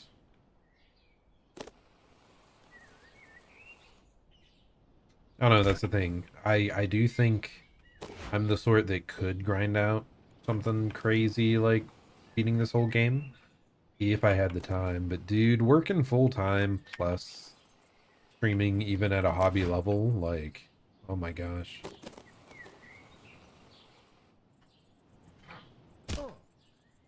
The amount of time, the amount of days I would have to stream just to catch up to someone that can do it full time, like, I would have to stream all 7 days a week to match, like, one grinder. One person that just grinds away constantly. We got one of them bots, boys, that just showed up. Advertising cheap viewers. Those punks. They aren't even offering me the expensive viewers. They don't think I'm a high roller. What are they talking about? I'm too cool for your cheap viewers.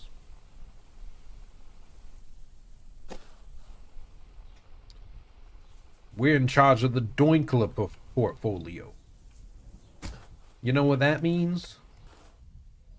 We're gonna be rich as heck in, like, 1 month when oh my god, I'm an idiot! In like a month when we clear this thing. It would probably take me more than a month, man, to be honest. If I did like 3 hours, 4 days a week, like, yeah, it'd probably take longer than that. I mean, to have to, right? Because, like, all this stuff back to back would be absurd. Already absurd on its own.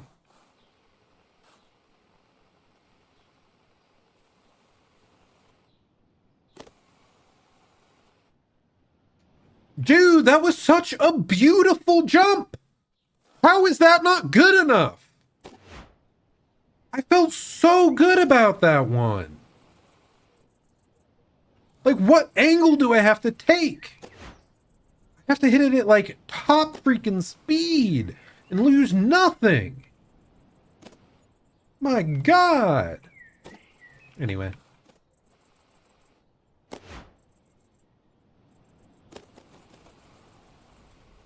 Back to the trauma singing. Fly me. That's not the right note at all. Fly me, fly. Why am I struggling? The video game is destroying my sense of music and self. Fly me to the moon. Let me play among the stars. Yeah, dude, I do not have it right now. My goodness.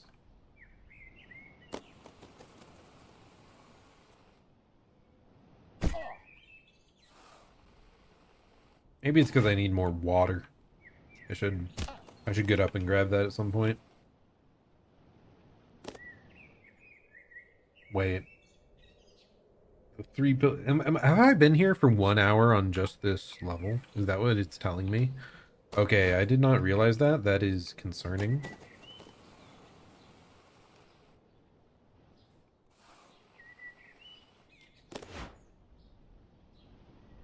No wonder it's felt like a long time. Because it is. 1 whole hour on still a, like, file 1 level. Oh, it is 1.9 though. Like, does that mean it's maybe the final section of this stage?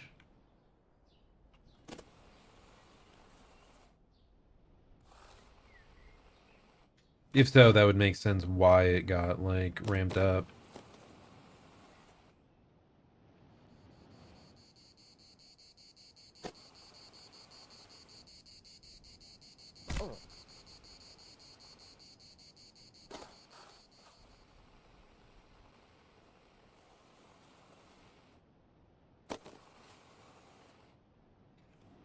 Bro, it's insane. Okay, I have to hit the ramp at speed head on. Maybe this one is just really good about not stealing your speed away from you. Unlike this first one, this eats my speed all the freaking time. Maybe the other one, if you just launch into it head first, it'll glide you around. And you'll just keep it all for that jump. That absolutely insane jump.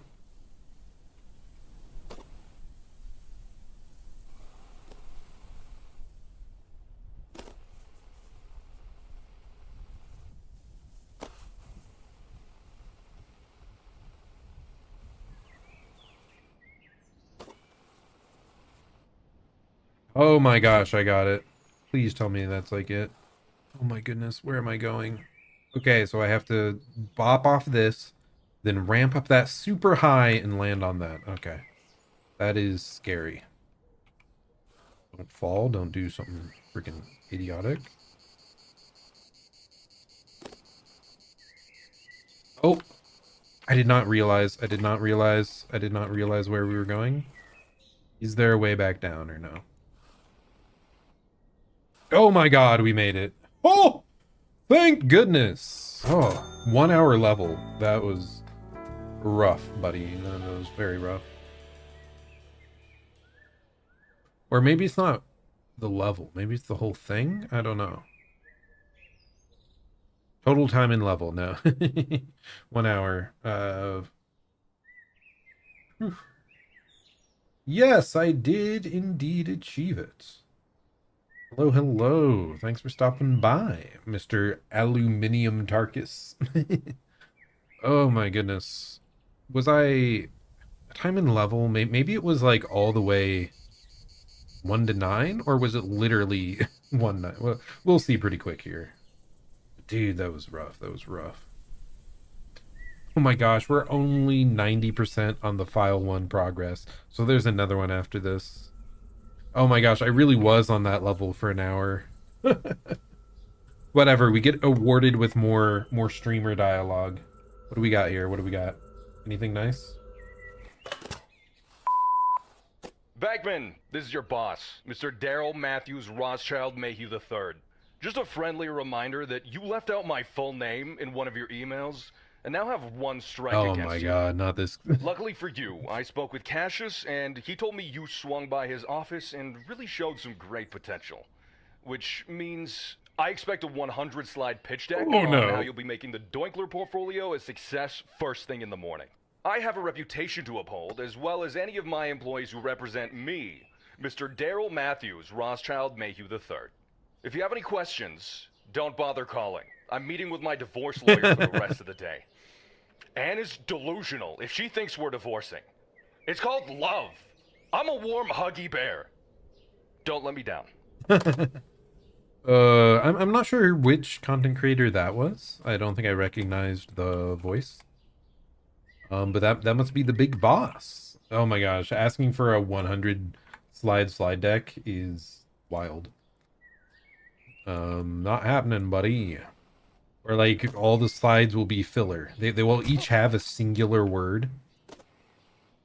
And like one picture, and that's it. And then we just riff off of it. Otherwise it is not feasible. Wow, we need so much speed on this already. What is happening here? What?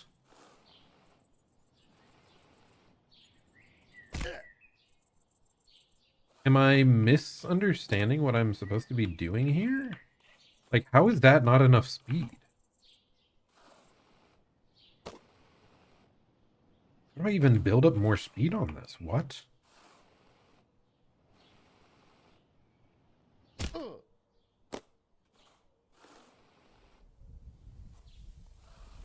What in the world? Okay, I got it that time. What? Do I have to redirect my, like, angles? That is weird. Why is it working now? This is the goofy, like, skate park style level, though. We gotta really get a feel for it. Gotta glide, gotta maintain speed. Gotta go fast. What do you mean chat paused over there? We don't want that paused.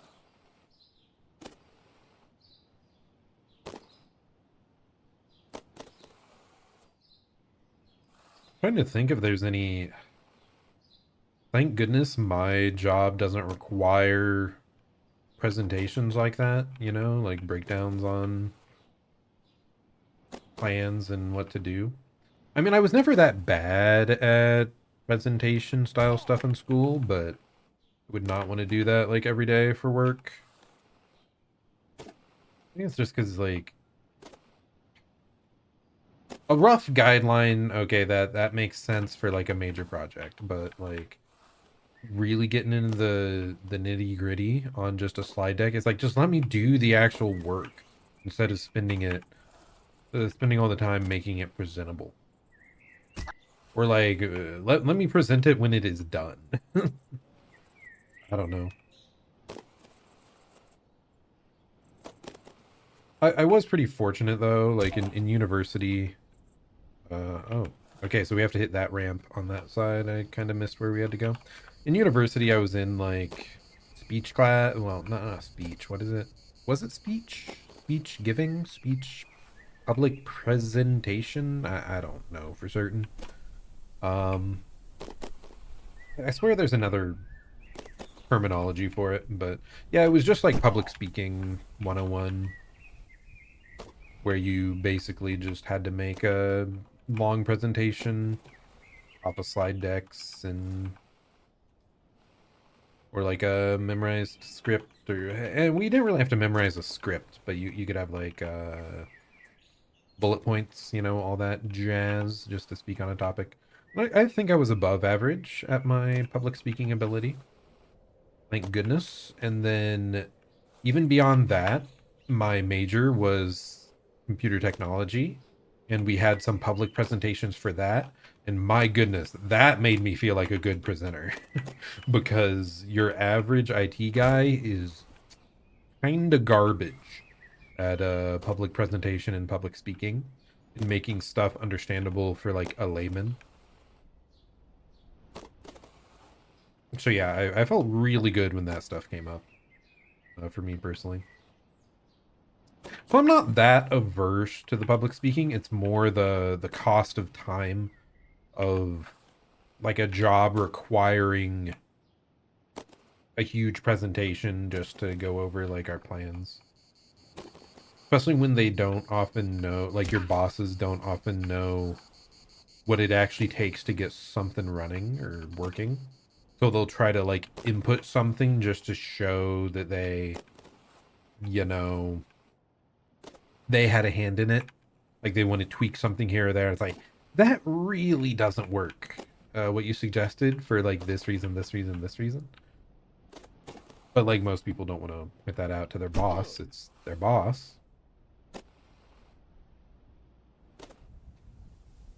Will this level take as long as the last one? I don't think it'll take quite as long. I could be totally wrong because this is like way more movement going on here. Like a lot more like irregular ramps and whatnot. Oh my goodness, you have to take a steep angle on that one.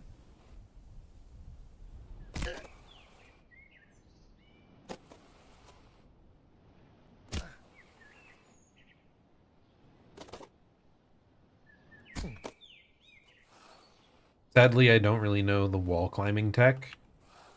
Back when I first played this, I know like Small Ant was one of the really early people. Like he's very much a challenge runner, speed runner type guy. So, but he also loved finding like glitches and breaking games. Playing games in unintended ways, I think is how it's stated. And I just remember he found a way that you can like spam your grab button at a certain rhythm. I don't know if you had to click other stuff beyond that, like, but he was able to very gradually climb upwards up a wall, like a vertical surface. So there is some tech to do that. It is like very grueling and very low and very intensive.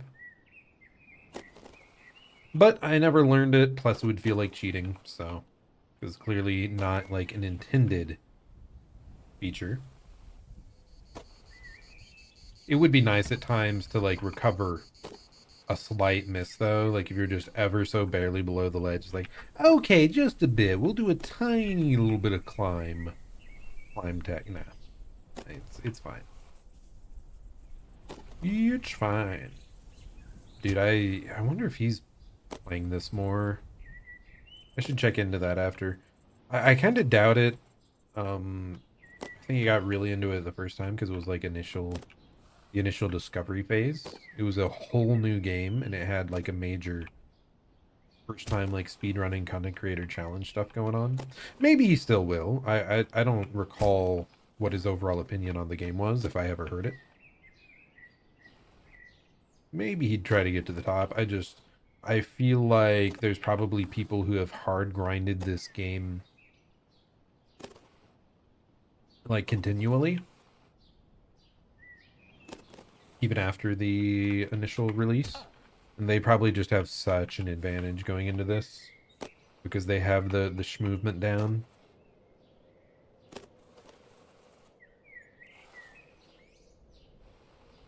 Let's see, why was I talking about public speaking stuff before earlier?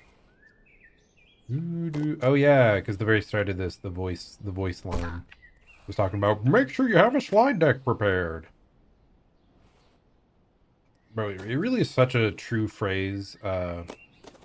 Most people don't quit a job, they quit their boss. I mean, certainly, yes, there are jobs that are just so grueling and so intensive that you want to quit them. Okay, like, you know, being a doctor, some construction, you know, anything that's like really long time. But like most people try to grind through it if they can take it. But having a bad boss is like the most negatively amplifying thing for almost anyone, because like if they're understanding, it makes all the little parts of your job so much more tolerable. You know, if they are communicative, if they understand when you're, you know, you can't finish a task or are running late for like a justifiable reason. But God, bad bosses are sheesh, really bad. Yeah, it's so weird. You kind of have to go to the left and then to the right to get enough speed there. I'm not 100% sure why. Like, maybe because you're technically going downhill for longer because you're, like, at an angle.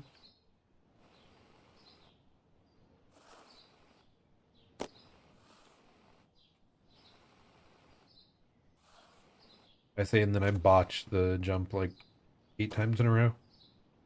I mean, it wasn't 8, but, you know, you get the picture, get the picture. I'm trying to think, have I even had, like, horrible bosses? I don't think so. I've had kind of bad ones, like at the pizza place I used to work, they were not particularly good. God, I can't believe some jobs just don't want to, like, train you at all. No, that's, oh my gosh. I feel I've had neglectful bosses at a few jobs that just, especially just like the factory line work I did shortly out of university or like over the summer. That was a weird experience, man.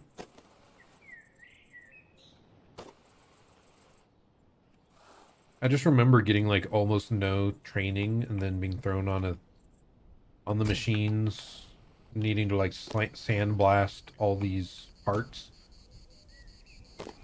And you're supposed to keep them like, you know, millimeters. Maybe not even millimeters. Maybe like 1/8 of a millimeter, like off of the measurements. Like you have to be damn accurate on these things. But I swear they never once checked over my work or gave me any feedback. So the whole time there, which was like 4 months or something, I think I did well, because I never heard anything to the otherwise, but I just never heard anything.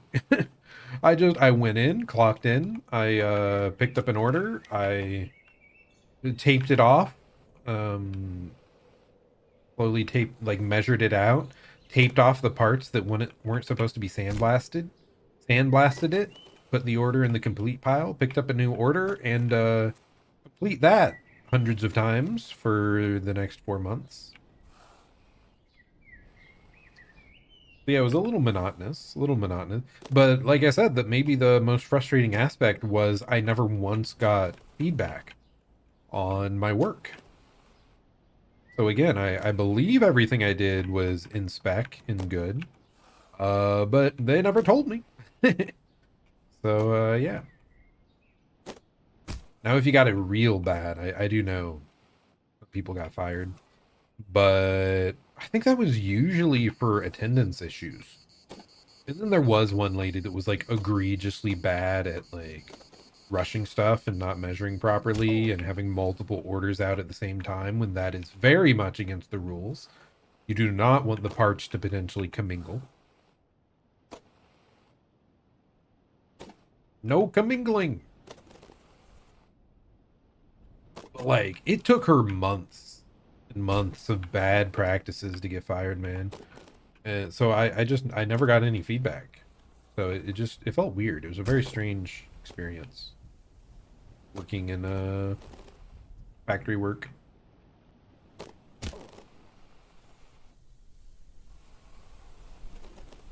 Oh my goodness. We were so close there. I think we just took that with a little too much speed. Because I went a little high. And started going off the rails, and that caused me to lose control. The music makes me lose control.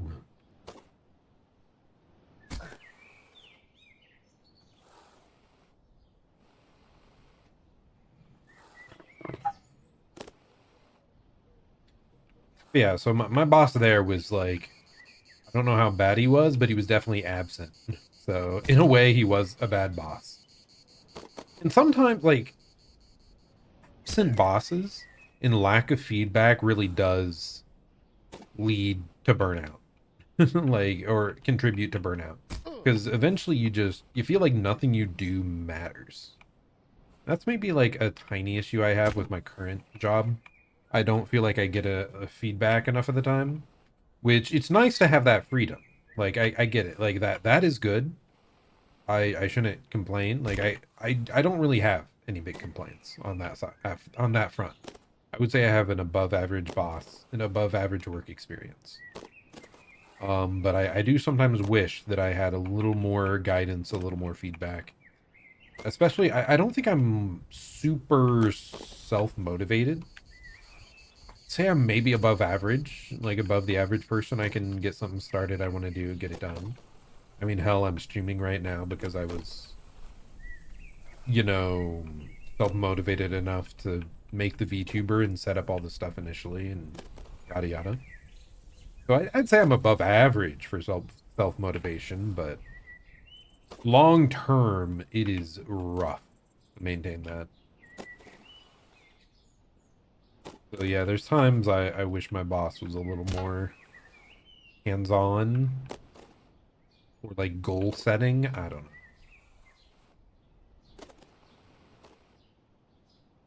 know. Really need to hold forward longer there. Yeah, I mean, that's something you have to know about yourself, right? Is if you are self-motivating or not. Because, like, my job, I always get what's needed. What is needed, I'll get it done, no matter what. It's just, the question is beyond that. Will I go above and beyond and do this thing that isn't necessary, but it could like come up in a few months and be slightly helpful? Like that's the question. Like I'm not motivated enough to do that currently. Because I'm in my like summer burnout phase again that always seems to happen every year.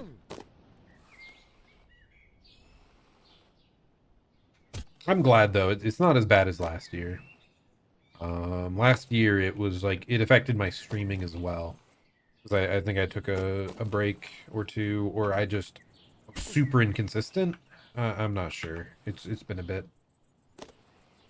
I just know each time like summer is my peak burnout season, and then February is like another mini burnout season for me.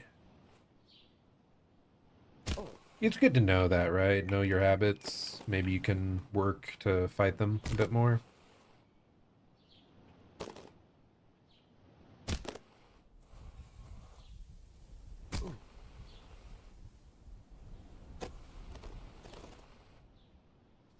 Okay, that was kind of smooth. Kind of smooth. Oh no. Okay, can I do this? Yes, I can. No! Okay, no, I need to keep more speed there. I'm holding back too much because I overshot the very first time.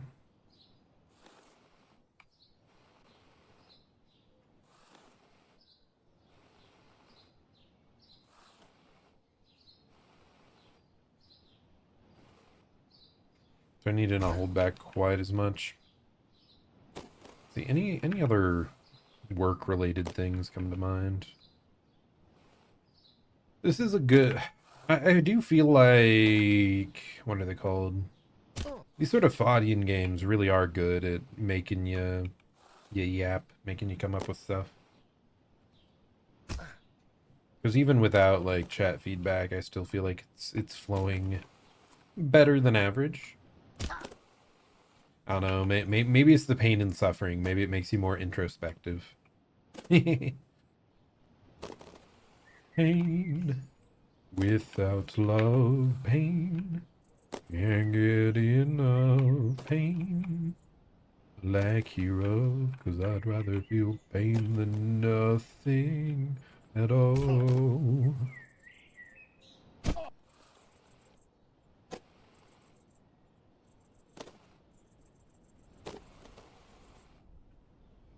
Man, there's too many hobbies out there, man. Wish I could spend more time on all of them. I wish I'd gotten more involved in like choir and whatnot back in school. Though, I partially feel it was the program not doing that much for us that caused me to not get further in. Because, like, if they were really good at guiding me, like, I was interested in music. It just, I didn't feel like I was getting that much out of those classes / events.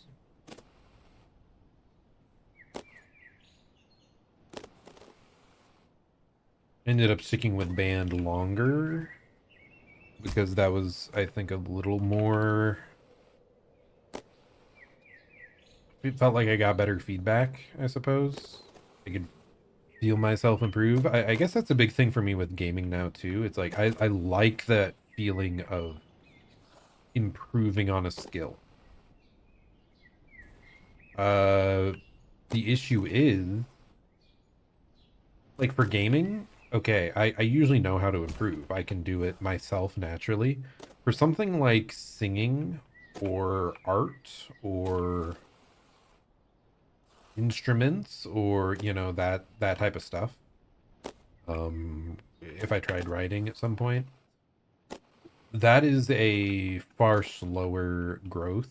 It's far more subjective. It's harder to find like actual coaching on improving because everyone works a bit different in those senses, I think. At least it was for me. I didn't really experience good coaching like stuff in those areas. Sure, it exists, but what? Oh my god, you have to go over there? What? Okay. Ugh. I did that many attempts without even knowing where I needed to go. My goodness. That is a shame. But yeah, like, I think that's part of why the gaming experience is so satisfying and sometimes addicting to me. Like I really got into team fight tactics and Hearthstone and all these other League of Legends back in the day. And I got really, really good at them because they put you up against opponents of a similar skill level. And there's a bunch of content out there on how to improve, a bunch of resources to check. And like it's pretty definitive. More so anyway, I feel. And you get to see that number go up. You get to see that grind. Like, maybe that's what we need. We need a ranked ladder or a ranked ladder for artistic hobbies. I want like a what's it called? Is the game called Drawful? Where like you trade prompts and stuff back and forth and people try to guess what it is and the next person draws the same thing. Like,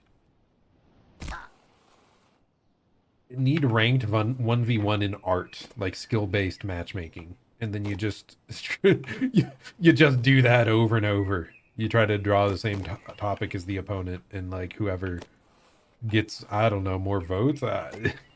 This is like a horrible idea, by the way. Like, terrible. Especially with like so many, you know, art is not definite. Like, judging it is like very opinion based.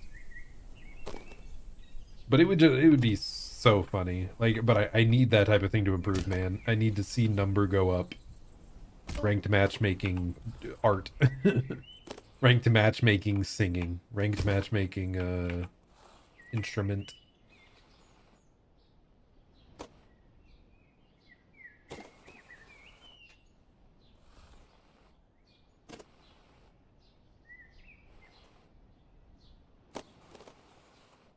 A little bit absurd, but you know. How else am I supposed to improve? Yeah, I don't know. A big thing is I probably could improve at these things significantly if I just spent the time to look up proper guidance and really just put the effort in to try. But I really do feel like, God, there's only so many hours in the day, man.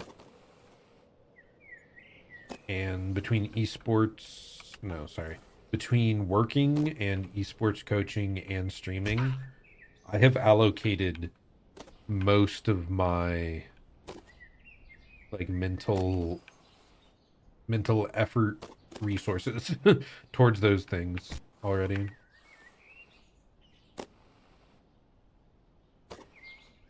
Like sometimes I feel extra motivated and I'll go back to one of those other things, but one of those reasons is like, wish there was more time in the day, or I wish it would be so sick if streaming somehow became like primary thing I could do. That's the thing, is like that's one of the big motivations to make one of your hobbies your job, is just so you can fill your other time, like so you have the time to pursue more hobbies.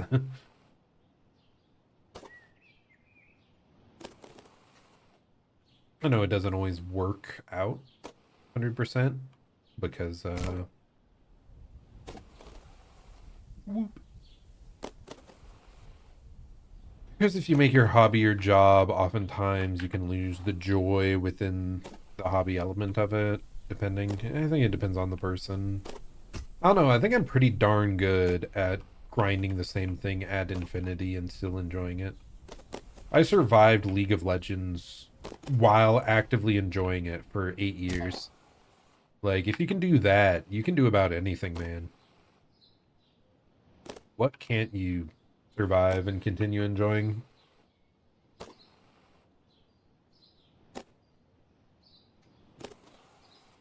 Because, yeah, I played it long past the time all my friends burnt out on it initially. And I still actively enjoyed it for a long time. Like, now, not so much. Like, when I did fall off, okay, I did finally fall out of love with... Well, okay. I didn't even fall out of love with the gameplay. It was purely the experience that I grew to hate. And that's because the experience included very inconsistent other people. I still very much enjoy like the gameplay loop of League of Legends. So if I had like, you know, 5-man stack, I would probably still enjoy it to this day.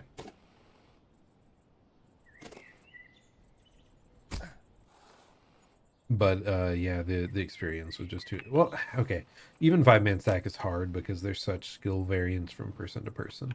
But the actual gameplay loop of League of Legends I still very much enjoyed. It was just match to match, there's so much variance in quality that it was untenable for the long term for me anymore. Okay, that was like a really bad jump. Man, I feel like I'm busting out all the big words today. Maybe it's the get to work mentality that's like seeping into my frontal cortex.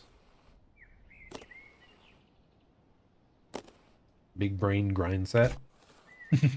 Yes, big word. Say meme.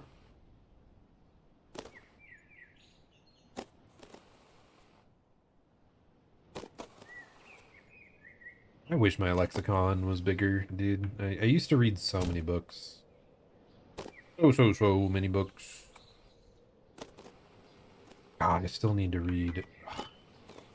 My friend wrote a book that I desperately need to sit down and read more of. I'm a bad friend, man, for not reading more of it yet. Feel so bad. Ooh. I do think things have, I had a lot of weekend stuff that I've been doing for the past several months, so I think I'm getting back to like the normal rhythm of things. So I just need to choose one weekend to sit down and like hard commit read it. I think it would help my like motivation and like mental fortitude a bit if I sat down and read a book anyway.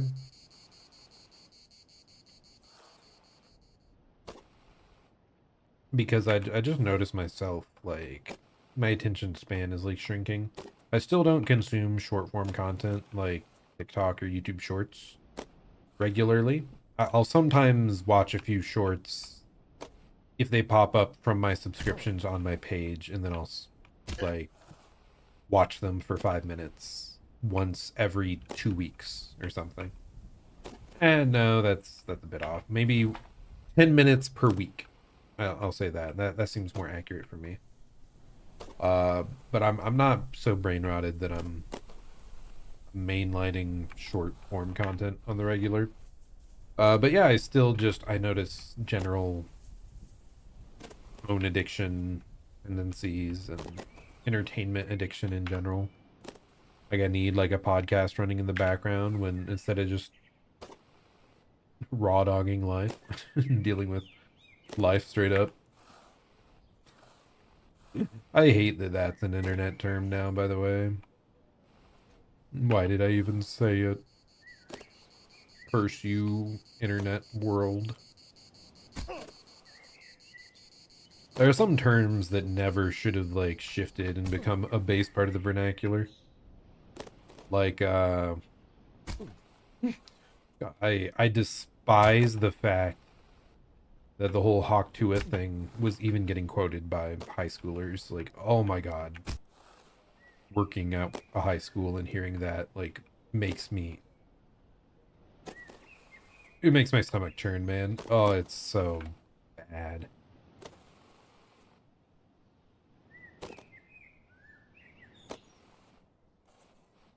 Like, sometimes you don't need to say the thing, the innuendo. It's not necessary.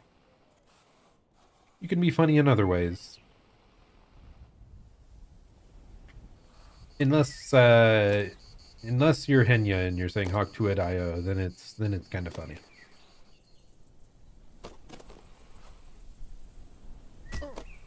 That's her word. She can use it.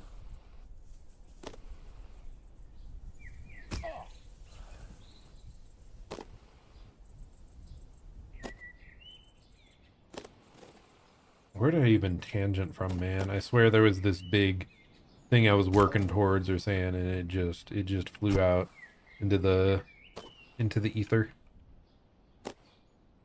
I've relinquished it unto nothingness.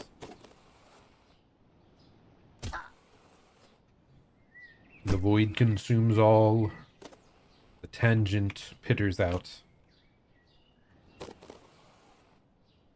And still we are here, shredding the ramps.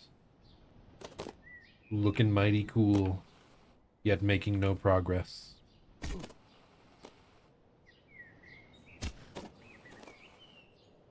I do like that ramp. For some reason you can stick on it, like, really well. This one I don't like so much. I don't know why it's causing me so many problems. Okay, let's try to climb up this a bit more, see if we can. Okay, and see if we can get speed.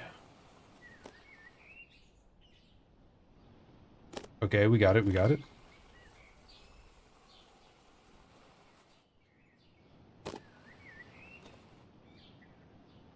No, dude. Okay, you need more speed there. I think I could have just held on to that ramp, like found a higher position, done the same thing where I just kind of climb up it, and then reach as much speed as I can on the way down. Like, it doesn't have to be continued directly from the previous ramp. You can, like, pause and, like, make sure it's right.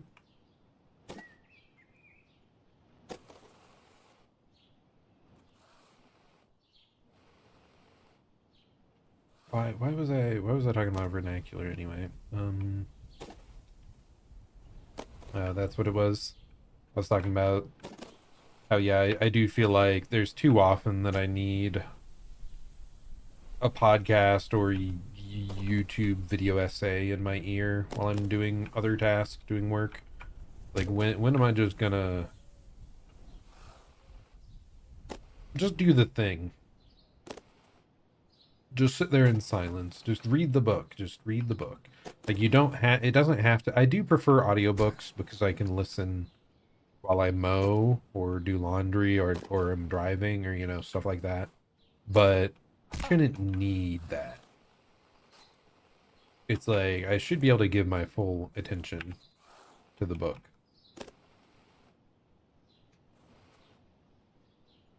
And to like many other tasks, like I want to reach reach maximum productivity. It's kind of like video editing too. I kind of have to be locked in to do that. I just feel like I need so much motivation to sit down and do that. I need to like build up my tolerance again to being focused on just a tedious task for a long time. I mean, just because it's tedious doesn't mean it's not enjoyable, right?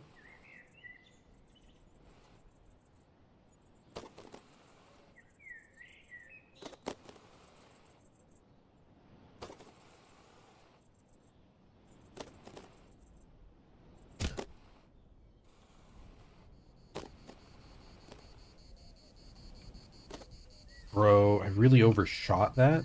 That's crazy. That's wild, buddy. Buddy old pal, old friend of mine.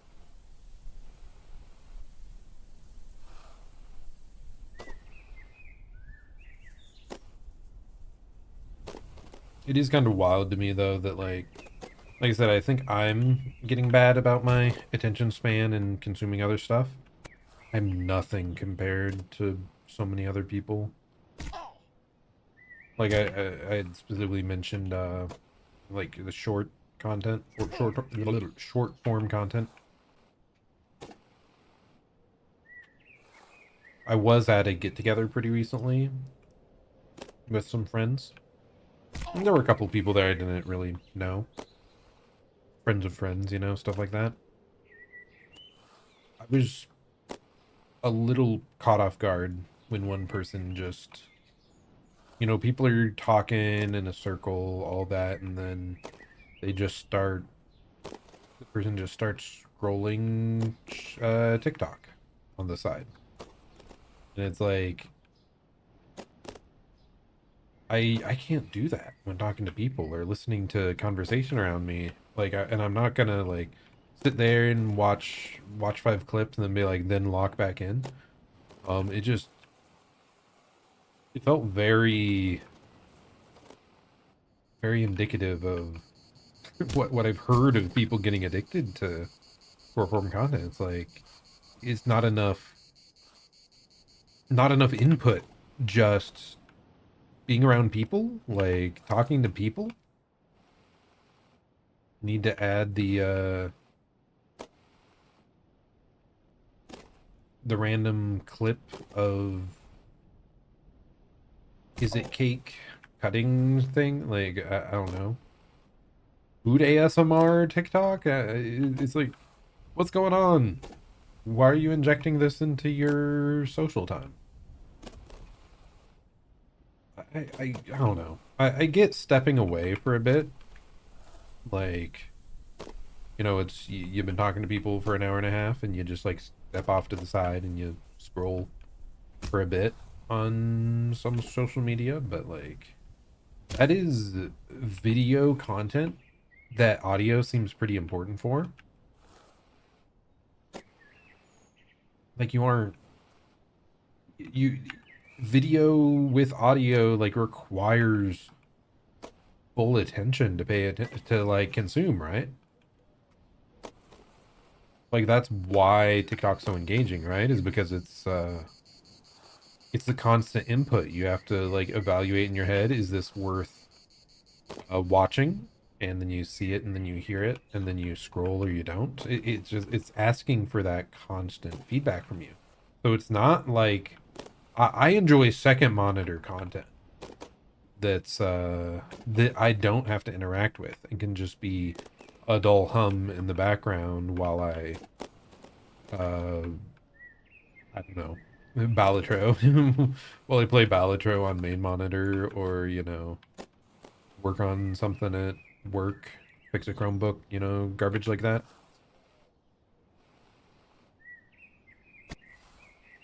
So I can't imagine, like, instead consuming some primary sort of media that requires full focus in the midst of a group like that.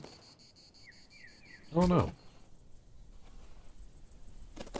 And I mean, I've done it kind of with video games, like pull up the gacha, let's do some polls, pull up the Balatro, but like you said, it's after hours of interaction, and it's not constant. I don't know. It's when I'm not involved in the conversation. But sometimes I felt this person was involved in the conversation and they'd still pull it up. I don't know. It's a difference of from person to person, right?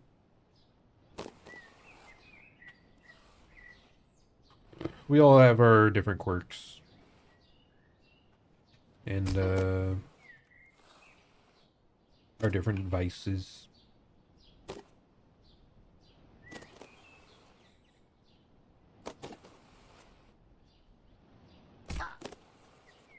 And I'm thankful that I appear to be more resistant than most to the short form. The short form feed.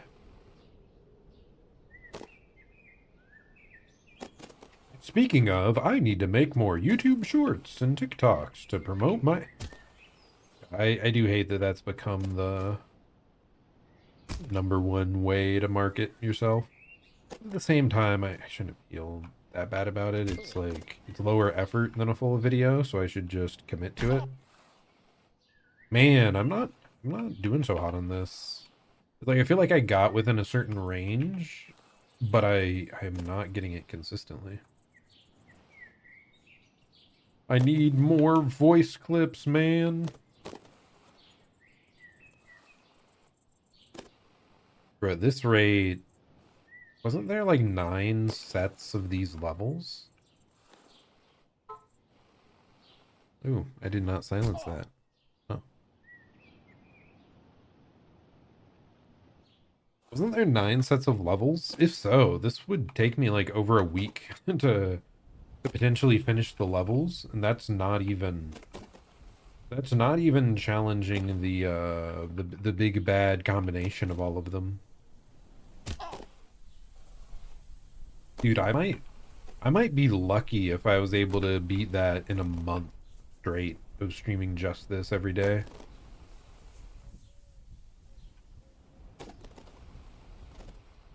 Which, to be fair, that was kind of the point, right? This was the challenge to end all challenges for this game. Like, they have basically a bounty to even clear the tower at all.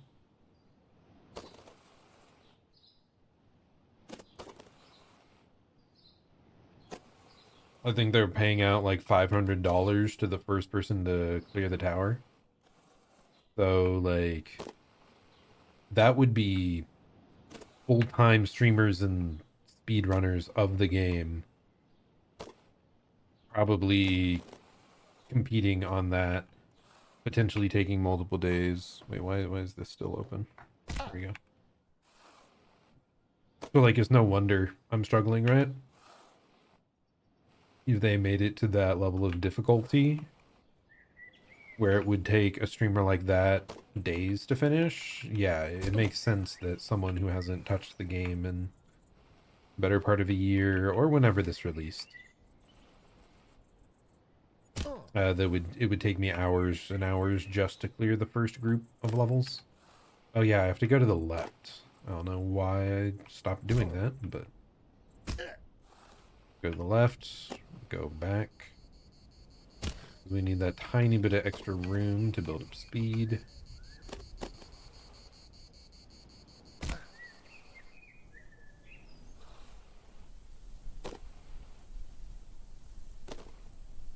Yeah, these jumps remind me of the bonus level, actually.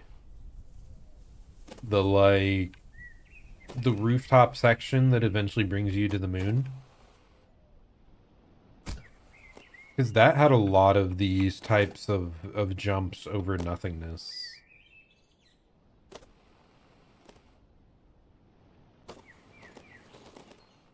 So no wonder I feel so challenged currently. Right?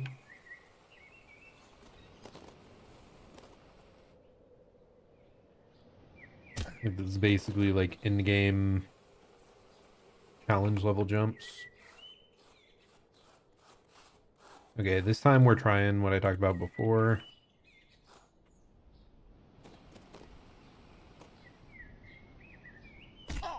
You're kidding.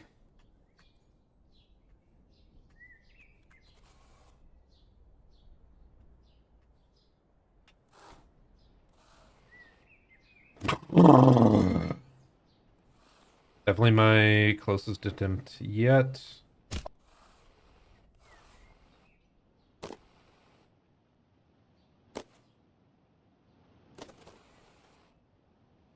I did adjust my angle on the way down, so I still think maybe pausing and holding on the ramp might be the play. It just needs to be high up, and I need to be gliding down it.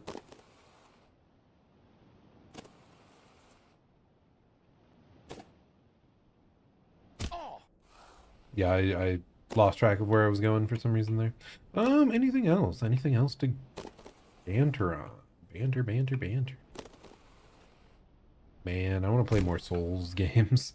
Oh yeah, wasn't I think I was planning to go back to Elden Ring to like replay the DLC but with no summons this time. It was like one of my next plans for stream.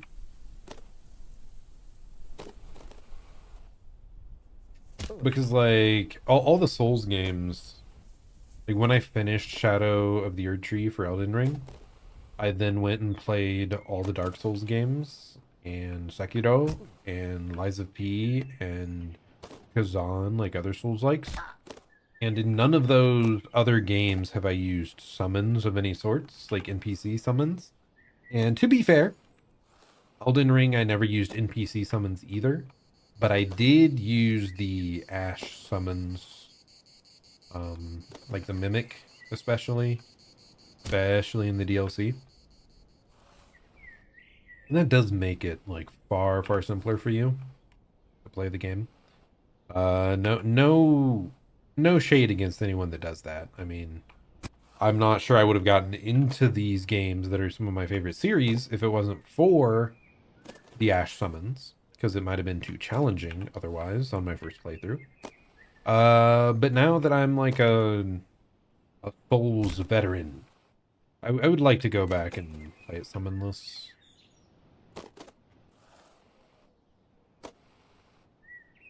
Man, Consort Radon, that's gonna be brutal. But I am prepared for it. Mentally, in my heart. Will it take me 9 hours like last time? Tune in to find out. I doubt it. I'd be surprised. One reason it took me so long is my damage was pretty garbage. I know far better about soul stats and builds than I used to. That is actually an interesting thing. I feel like I needed the summons in part because my stat investments were so garbage. Like, if I had just known more optimal building... Kidding. I should have gone for the grab, like I said earlier. If I knew more optimal building and I could just kill things faster, I probably wouldn't have needed to rely on the summons being there nearly as much. Because if a fight takes twice as long, like, of course you'll want some other sort of assistance, right? It just requires so much more precision to fight that long.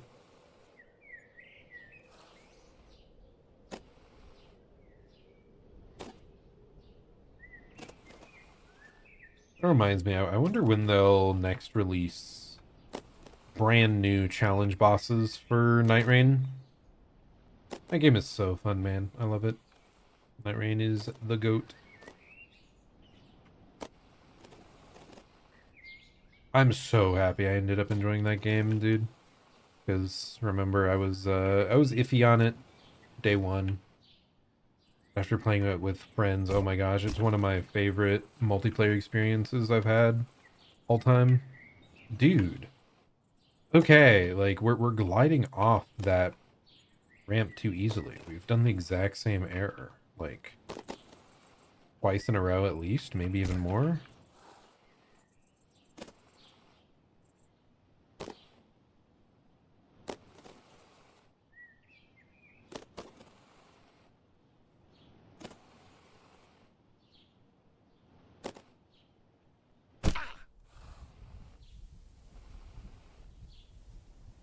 This game just, yeah, it does end up requiring a bunch of back-to-back precision. I think that's what eventually wears on me a bit. Like, the movement's super fun, but, like, some of the launches, for some reason, feel inconsistent. I don't know if it's my velocity or my, like, me holding forward at the wrong time or what it is. Okay. My goodness, dude.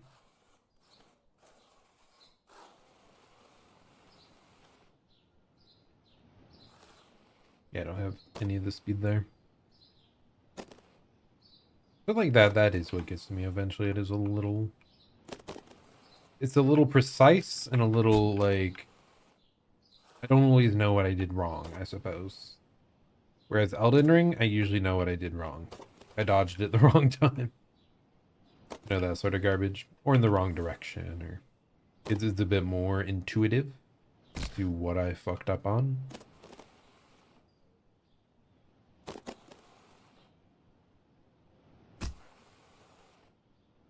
I think that's one of my favorite types of games, is something that's challenging that I can improve at, but it also gives me good feedback so I actually know what to improve on. No, I don't know how many games really do that, to be fair. Like League of Legends and Dead by Daylight, I played those for years and years and years, but do they really give you feedback on what you do wrong? Not particularly. I just got knowledgeable enough about the games that I could tell on my own because I consumed a bunch of outside content and had an ungodly amount of hours. I would pay money to find out how much time I actually spent in League of Legends because the websites are not accurate. I think they only include like ranked games after a certain point. But I wish I knew, man. Like, from back in ye olden days. It has to be 5,000 hours or something ungodly. Could be longer, very possibly. I've spent the best years of my life in that game, man. I kid. I still think I haven't had my best years of my life yet. That would be awfully sad, actually. Like, junior high school was certainly not the best years of my life. I mean, they were fine, but definitely not the best years of my life. Yeah, that's a big thing to keep in mind, right? It is so funny that some people just obsess over how things go for them in high school, and they can never move on past it.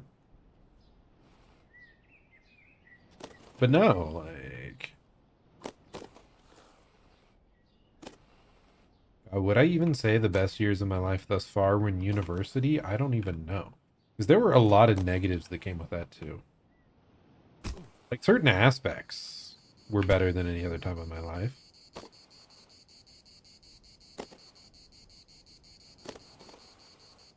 Dude, that is such a hard judgment call.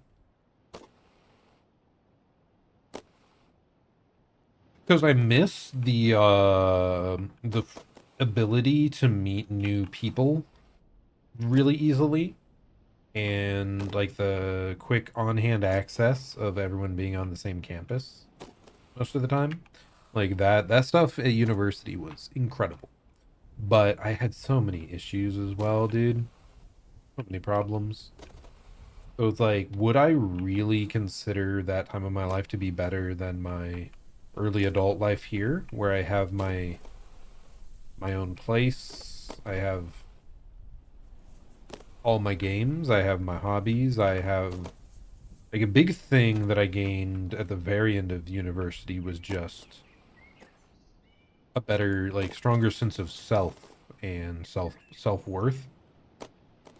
So that alone probably makes it the best part of my life thus far, is like the post-university years, just because my mental health is so much better than it was for the rest of my life up to now.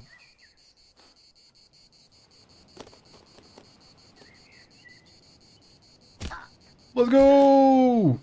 No, I don't have the speed. You're kidding me. You have to keep the speed all the way up this shit. Oh my god.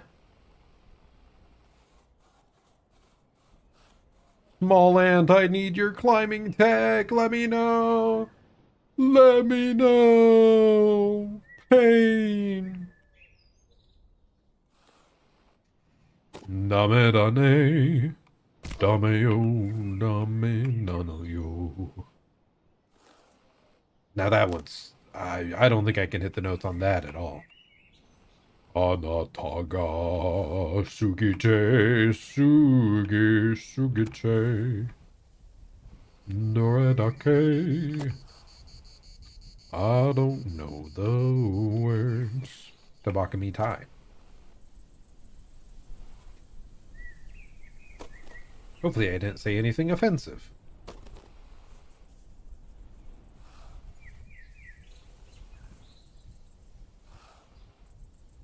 Okay, we are close, and we are nearing 1 hour on this level as well. So moving forward, that may be the new normal.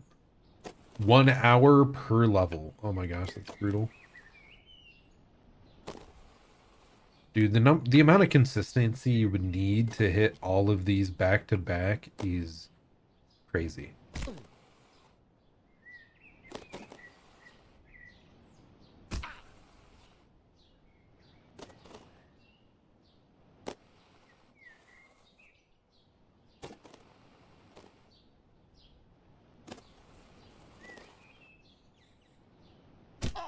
Really? Yeah, that's another case where I felt I had a perfect angle and like a really good entry to the ramp, and it just did not give me the speed I expected.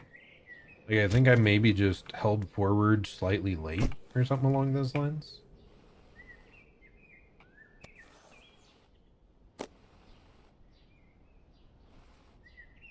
I just noticed there's like a bunch of birds chirping in the background now, and previously it was cicadas. Is it just like a super long audio track overall, or is it because I'm at a different stage than the previous one? I think it's probably just different stage, has different nature backdrop sounds, if I had to guess. I'd really like to clear this because this is the final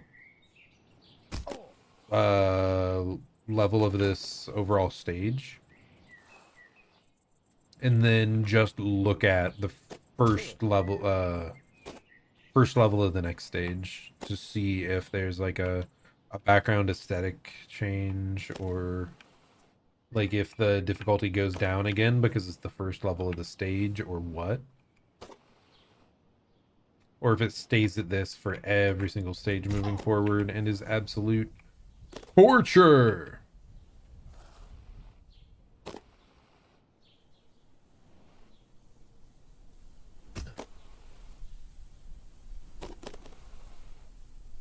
But yeah, I do really get why these games are great, I think, for chat interaction specifically. But yeah, a reason non-streamers don't play them is because you really need it. You need the support. You need people to talk you through it, man. I'm running out of gas. I'm running out of bullshit to spew. And my self-reflection here.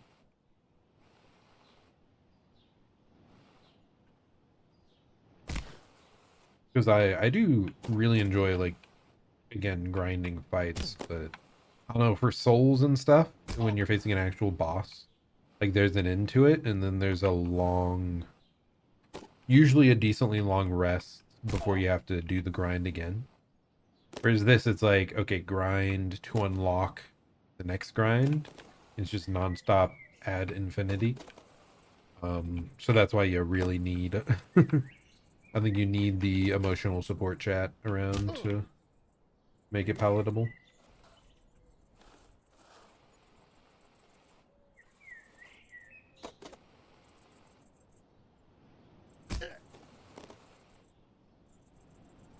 In the long term. Like, I am enjoying this thus far, just saying. Okay, so we want to climb as far as we can here. Up this corner. Now we go.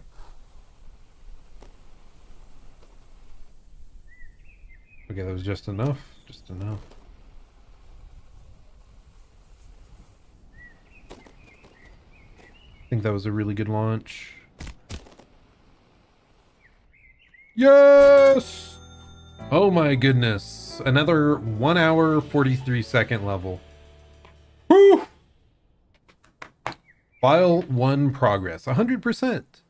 Audio files heard, 100%. Total progress, 16%. Ooh. Okay, so that's we're nearing 3 hours. Goodness. Almost all of it, actually. The 2 hours spent on the last two levels. Whew. Okay. Like I said, we are at least going to take a look into the next section. Warning, incoming game. Ooh. Oh, we do get a different backdrop now. The other one was stuck out in the boonies, you know, the Midwestern farmland, you know, born and raised. And now you're in the like low level corporate environment. I don't know. These colors are a bit garish. I don't know. Oh my goodness, is that a parking garage? Oh my goodness, these chairs, these like orangey velvety chairs. Oh my gosh. Yeah, this is definitely a very typical location, but like old and ooh, oh my gosh, the carpet, the patterned carpet. It's crusty and dusty and old. Bro, what is going on?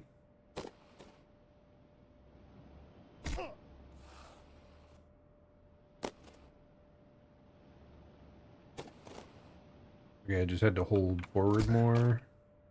Oh! This entire thing.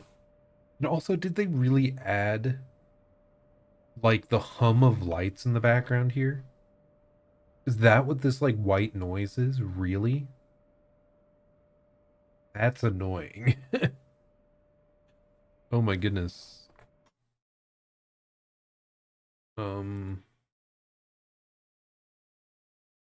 Yeah, because there's not like there's no more music I can turn on to like block that out. I could turn down the ambient noise and turn on my own music, I guess.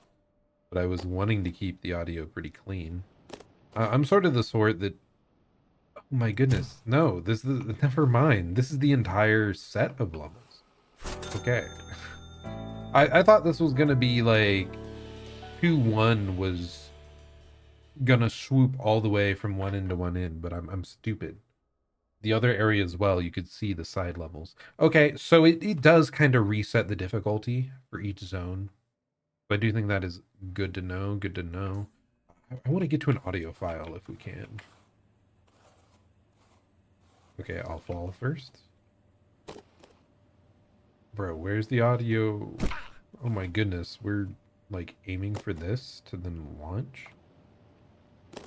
What a goofy setup.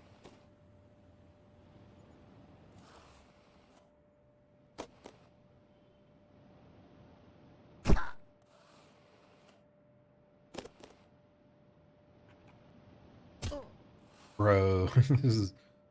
Oh my gosh, I can't imagine trying to go for this consistent every time. On like the full way up.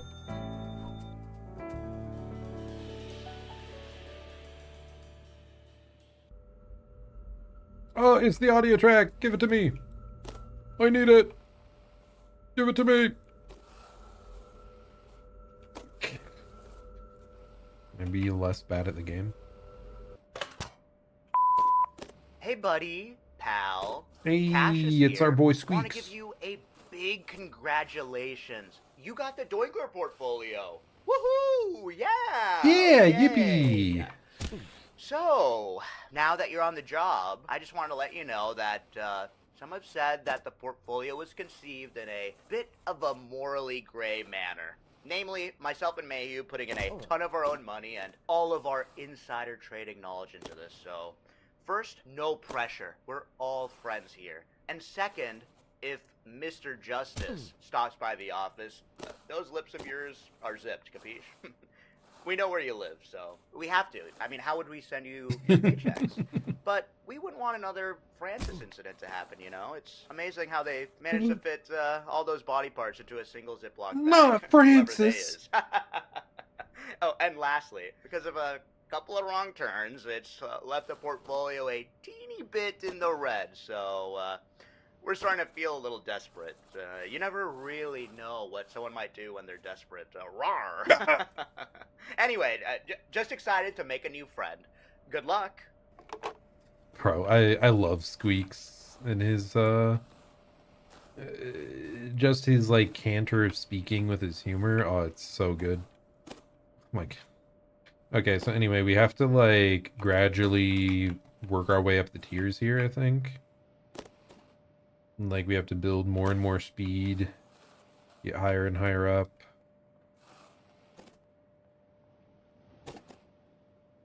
Yep, like that. Wait, does it let you succeed either way? Either side that you're on, as long as you go fast enough?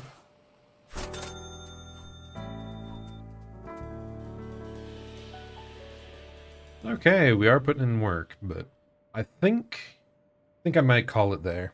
It's been bit tiring here. Fun game though. I do think I'll come back to it. But yeah, we're nearing 3 hours, and I don't think, if the final 2 levels of this section again take me an hour apiece, I don't think I can do that today. But that is interesting though. Let's go back to level select. Okay, so there's only 6 overall files, though it does make sense to me that they probably get harder as you progress. So like I assume these manila ones are like easy, these are medium, these are hard. And like I said, we took, as you can see, 1 hour on each of these last 2 segments, where every other one took like 10 minutes or less, except for this one. Oh my goodness. So we are going to need, if we estimate like 2 hours minimum for each of these, or 3 hours, I don't know. Like that's gonna be like 2 weeks of streams maybe. But I do think I'll at least come back and try one more time tomorrow. We'll see how we feel about it at the end of that.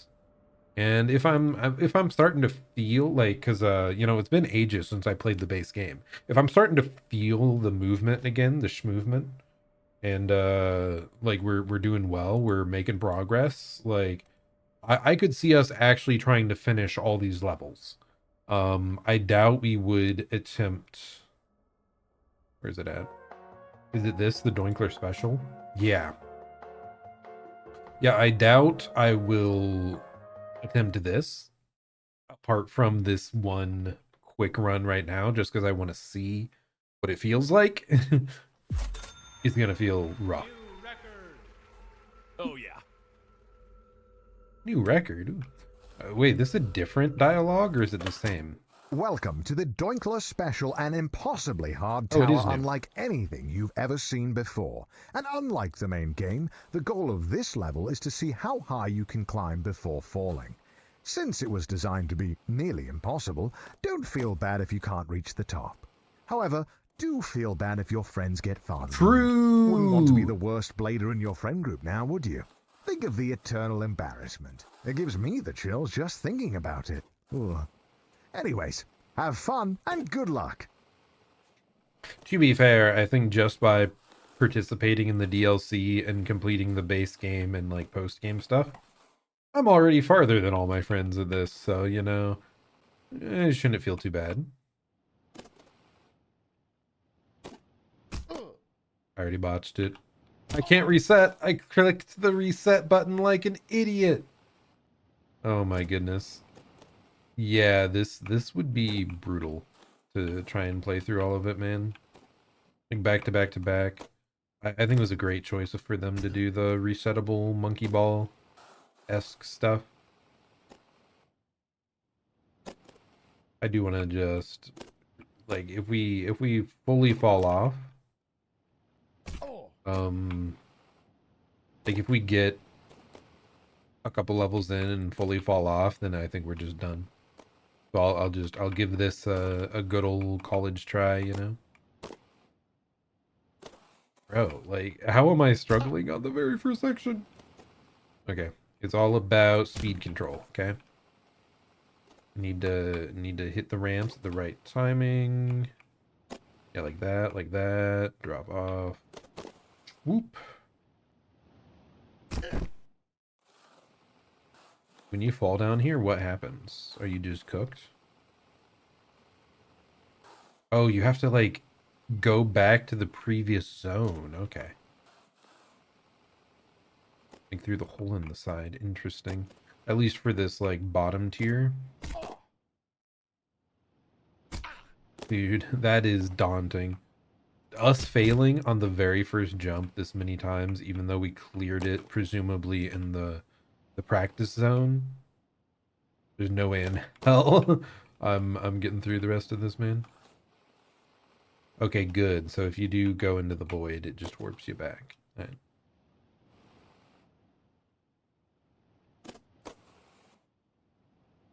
How am I struggling that much just with the speed there?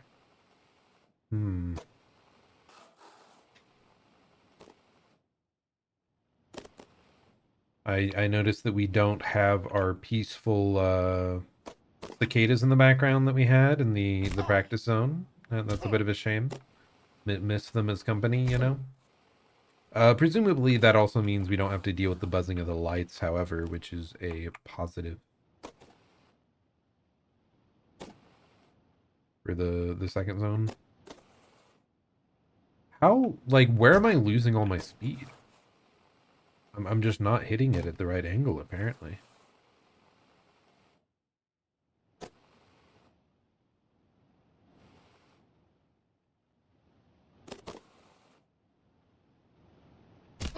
Like, I cleared this in the trial. Like, in less attempts, I feel like. So, what is up? Okay.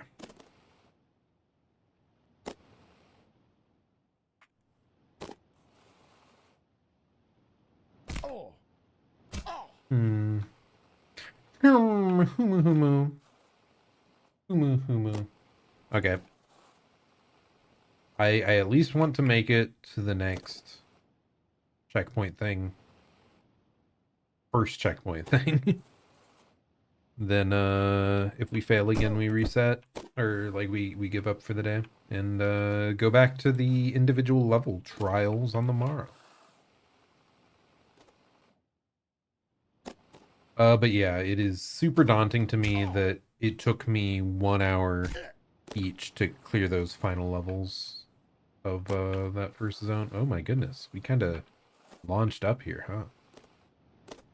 That give us any advantage? Probably not. It just makes it the angles worse. Yeah, definitely. Definitely just makes everything worse.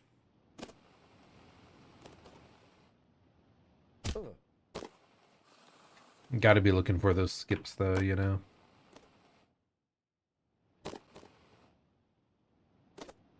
There's certainly going to be some sort of skips, right? Like there was some wild garbage that they pulled in the speedrun in the base game. It's super cool that the dev in Atrioc supported like the speedrunning challenge stuff so much. Made for a lot of a cool time when the game first came out, where there was you know, there's something on the line and a lot of people trying to theory craft cool ways to break the game. I swear this is harder than it was on the base trial of the level. Like, what is up with that? Did they just teach you the basic mechanics with the trials and then make it even harder? I don't think so. I think they gave you the exact levels in the trial. How am I struggling on literally level 1? I don't remember the jump being that big.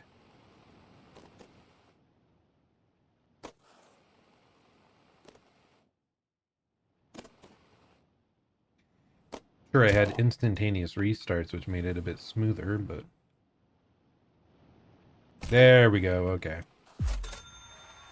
New record. Oh, yeah.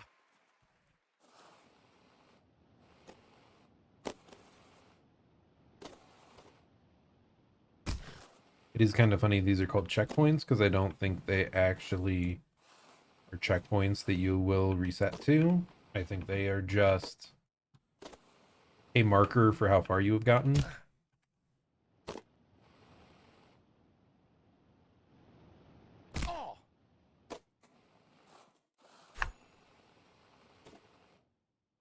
Yeah, okay.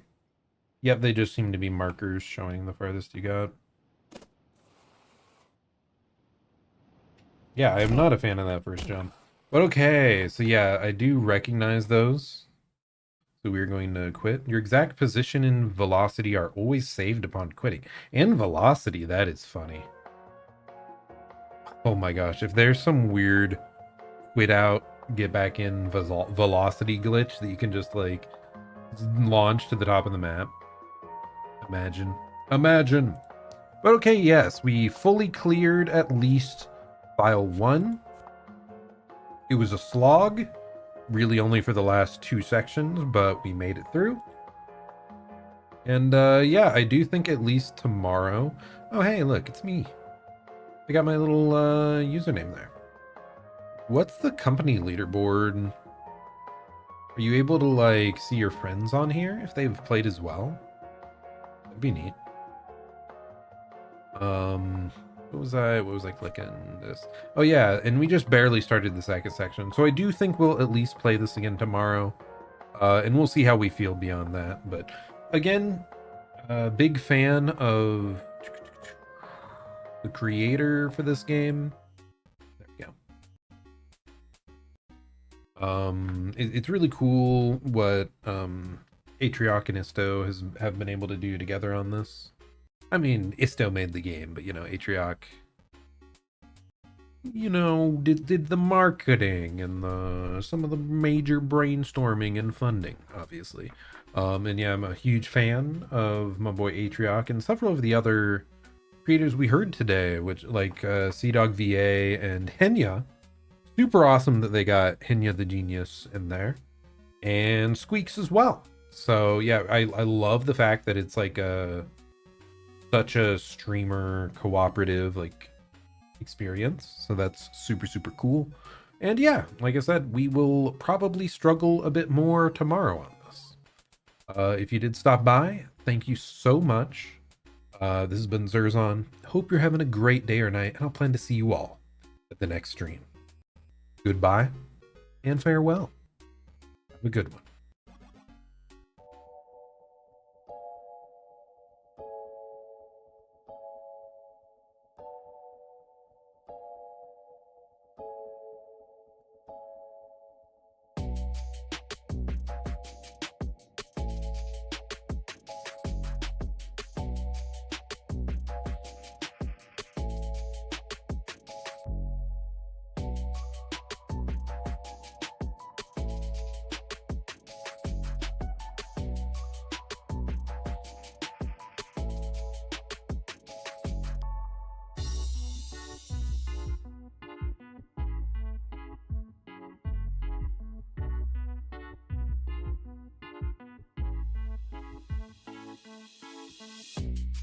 I just realized, where the heck is the background thing?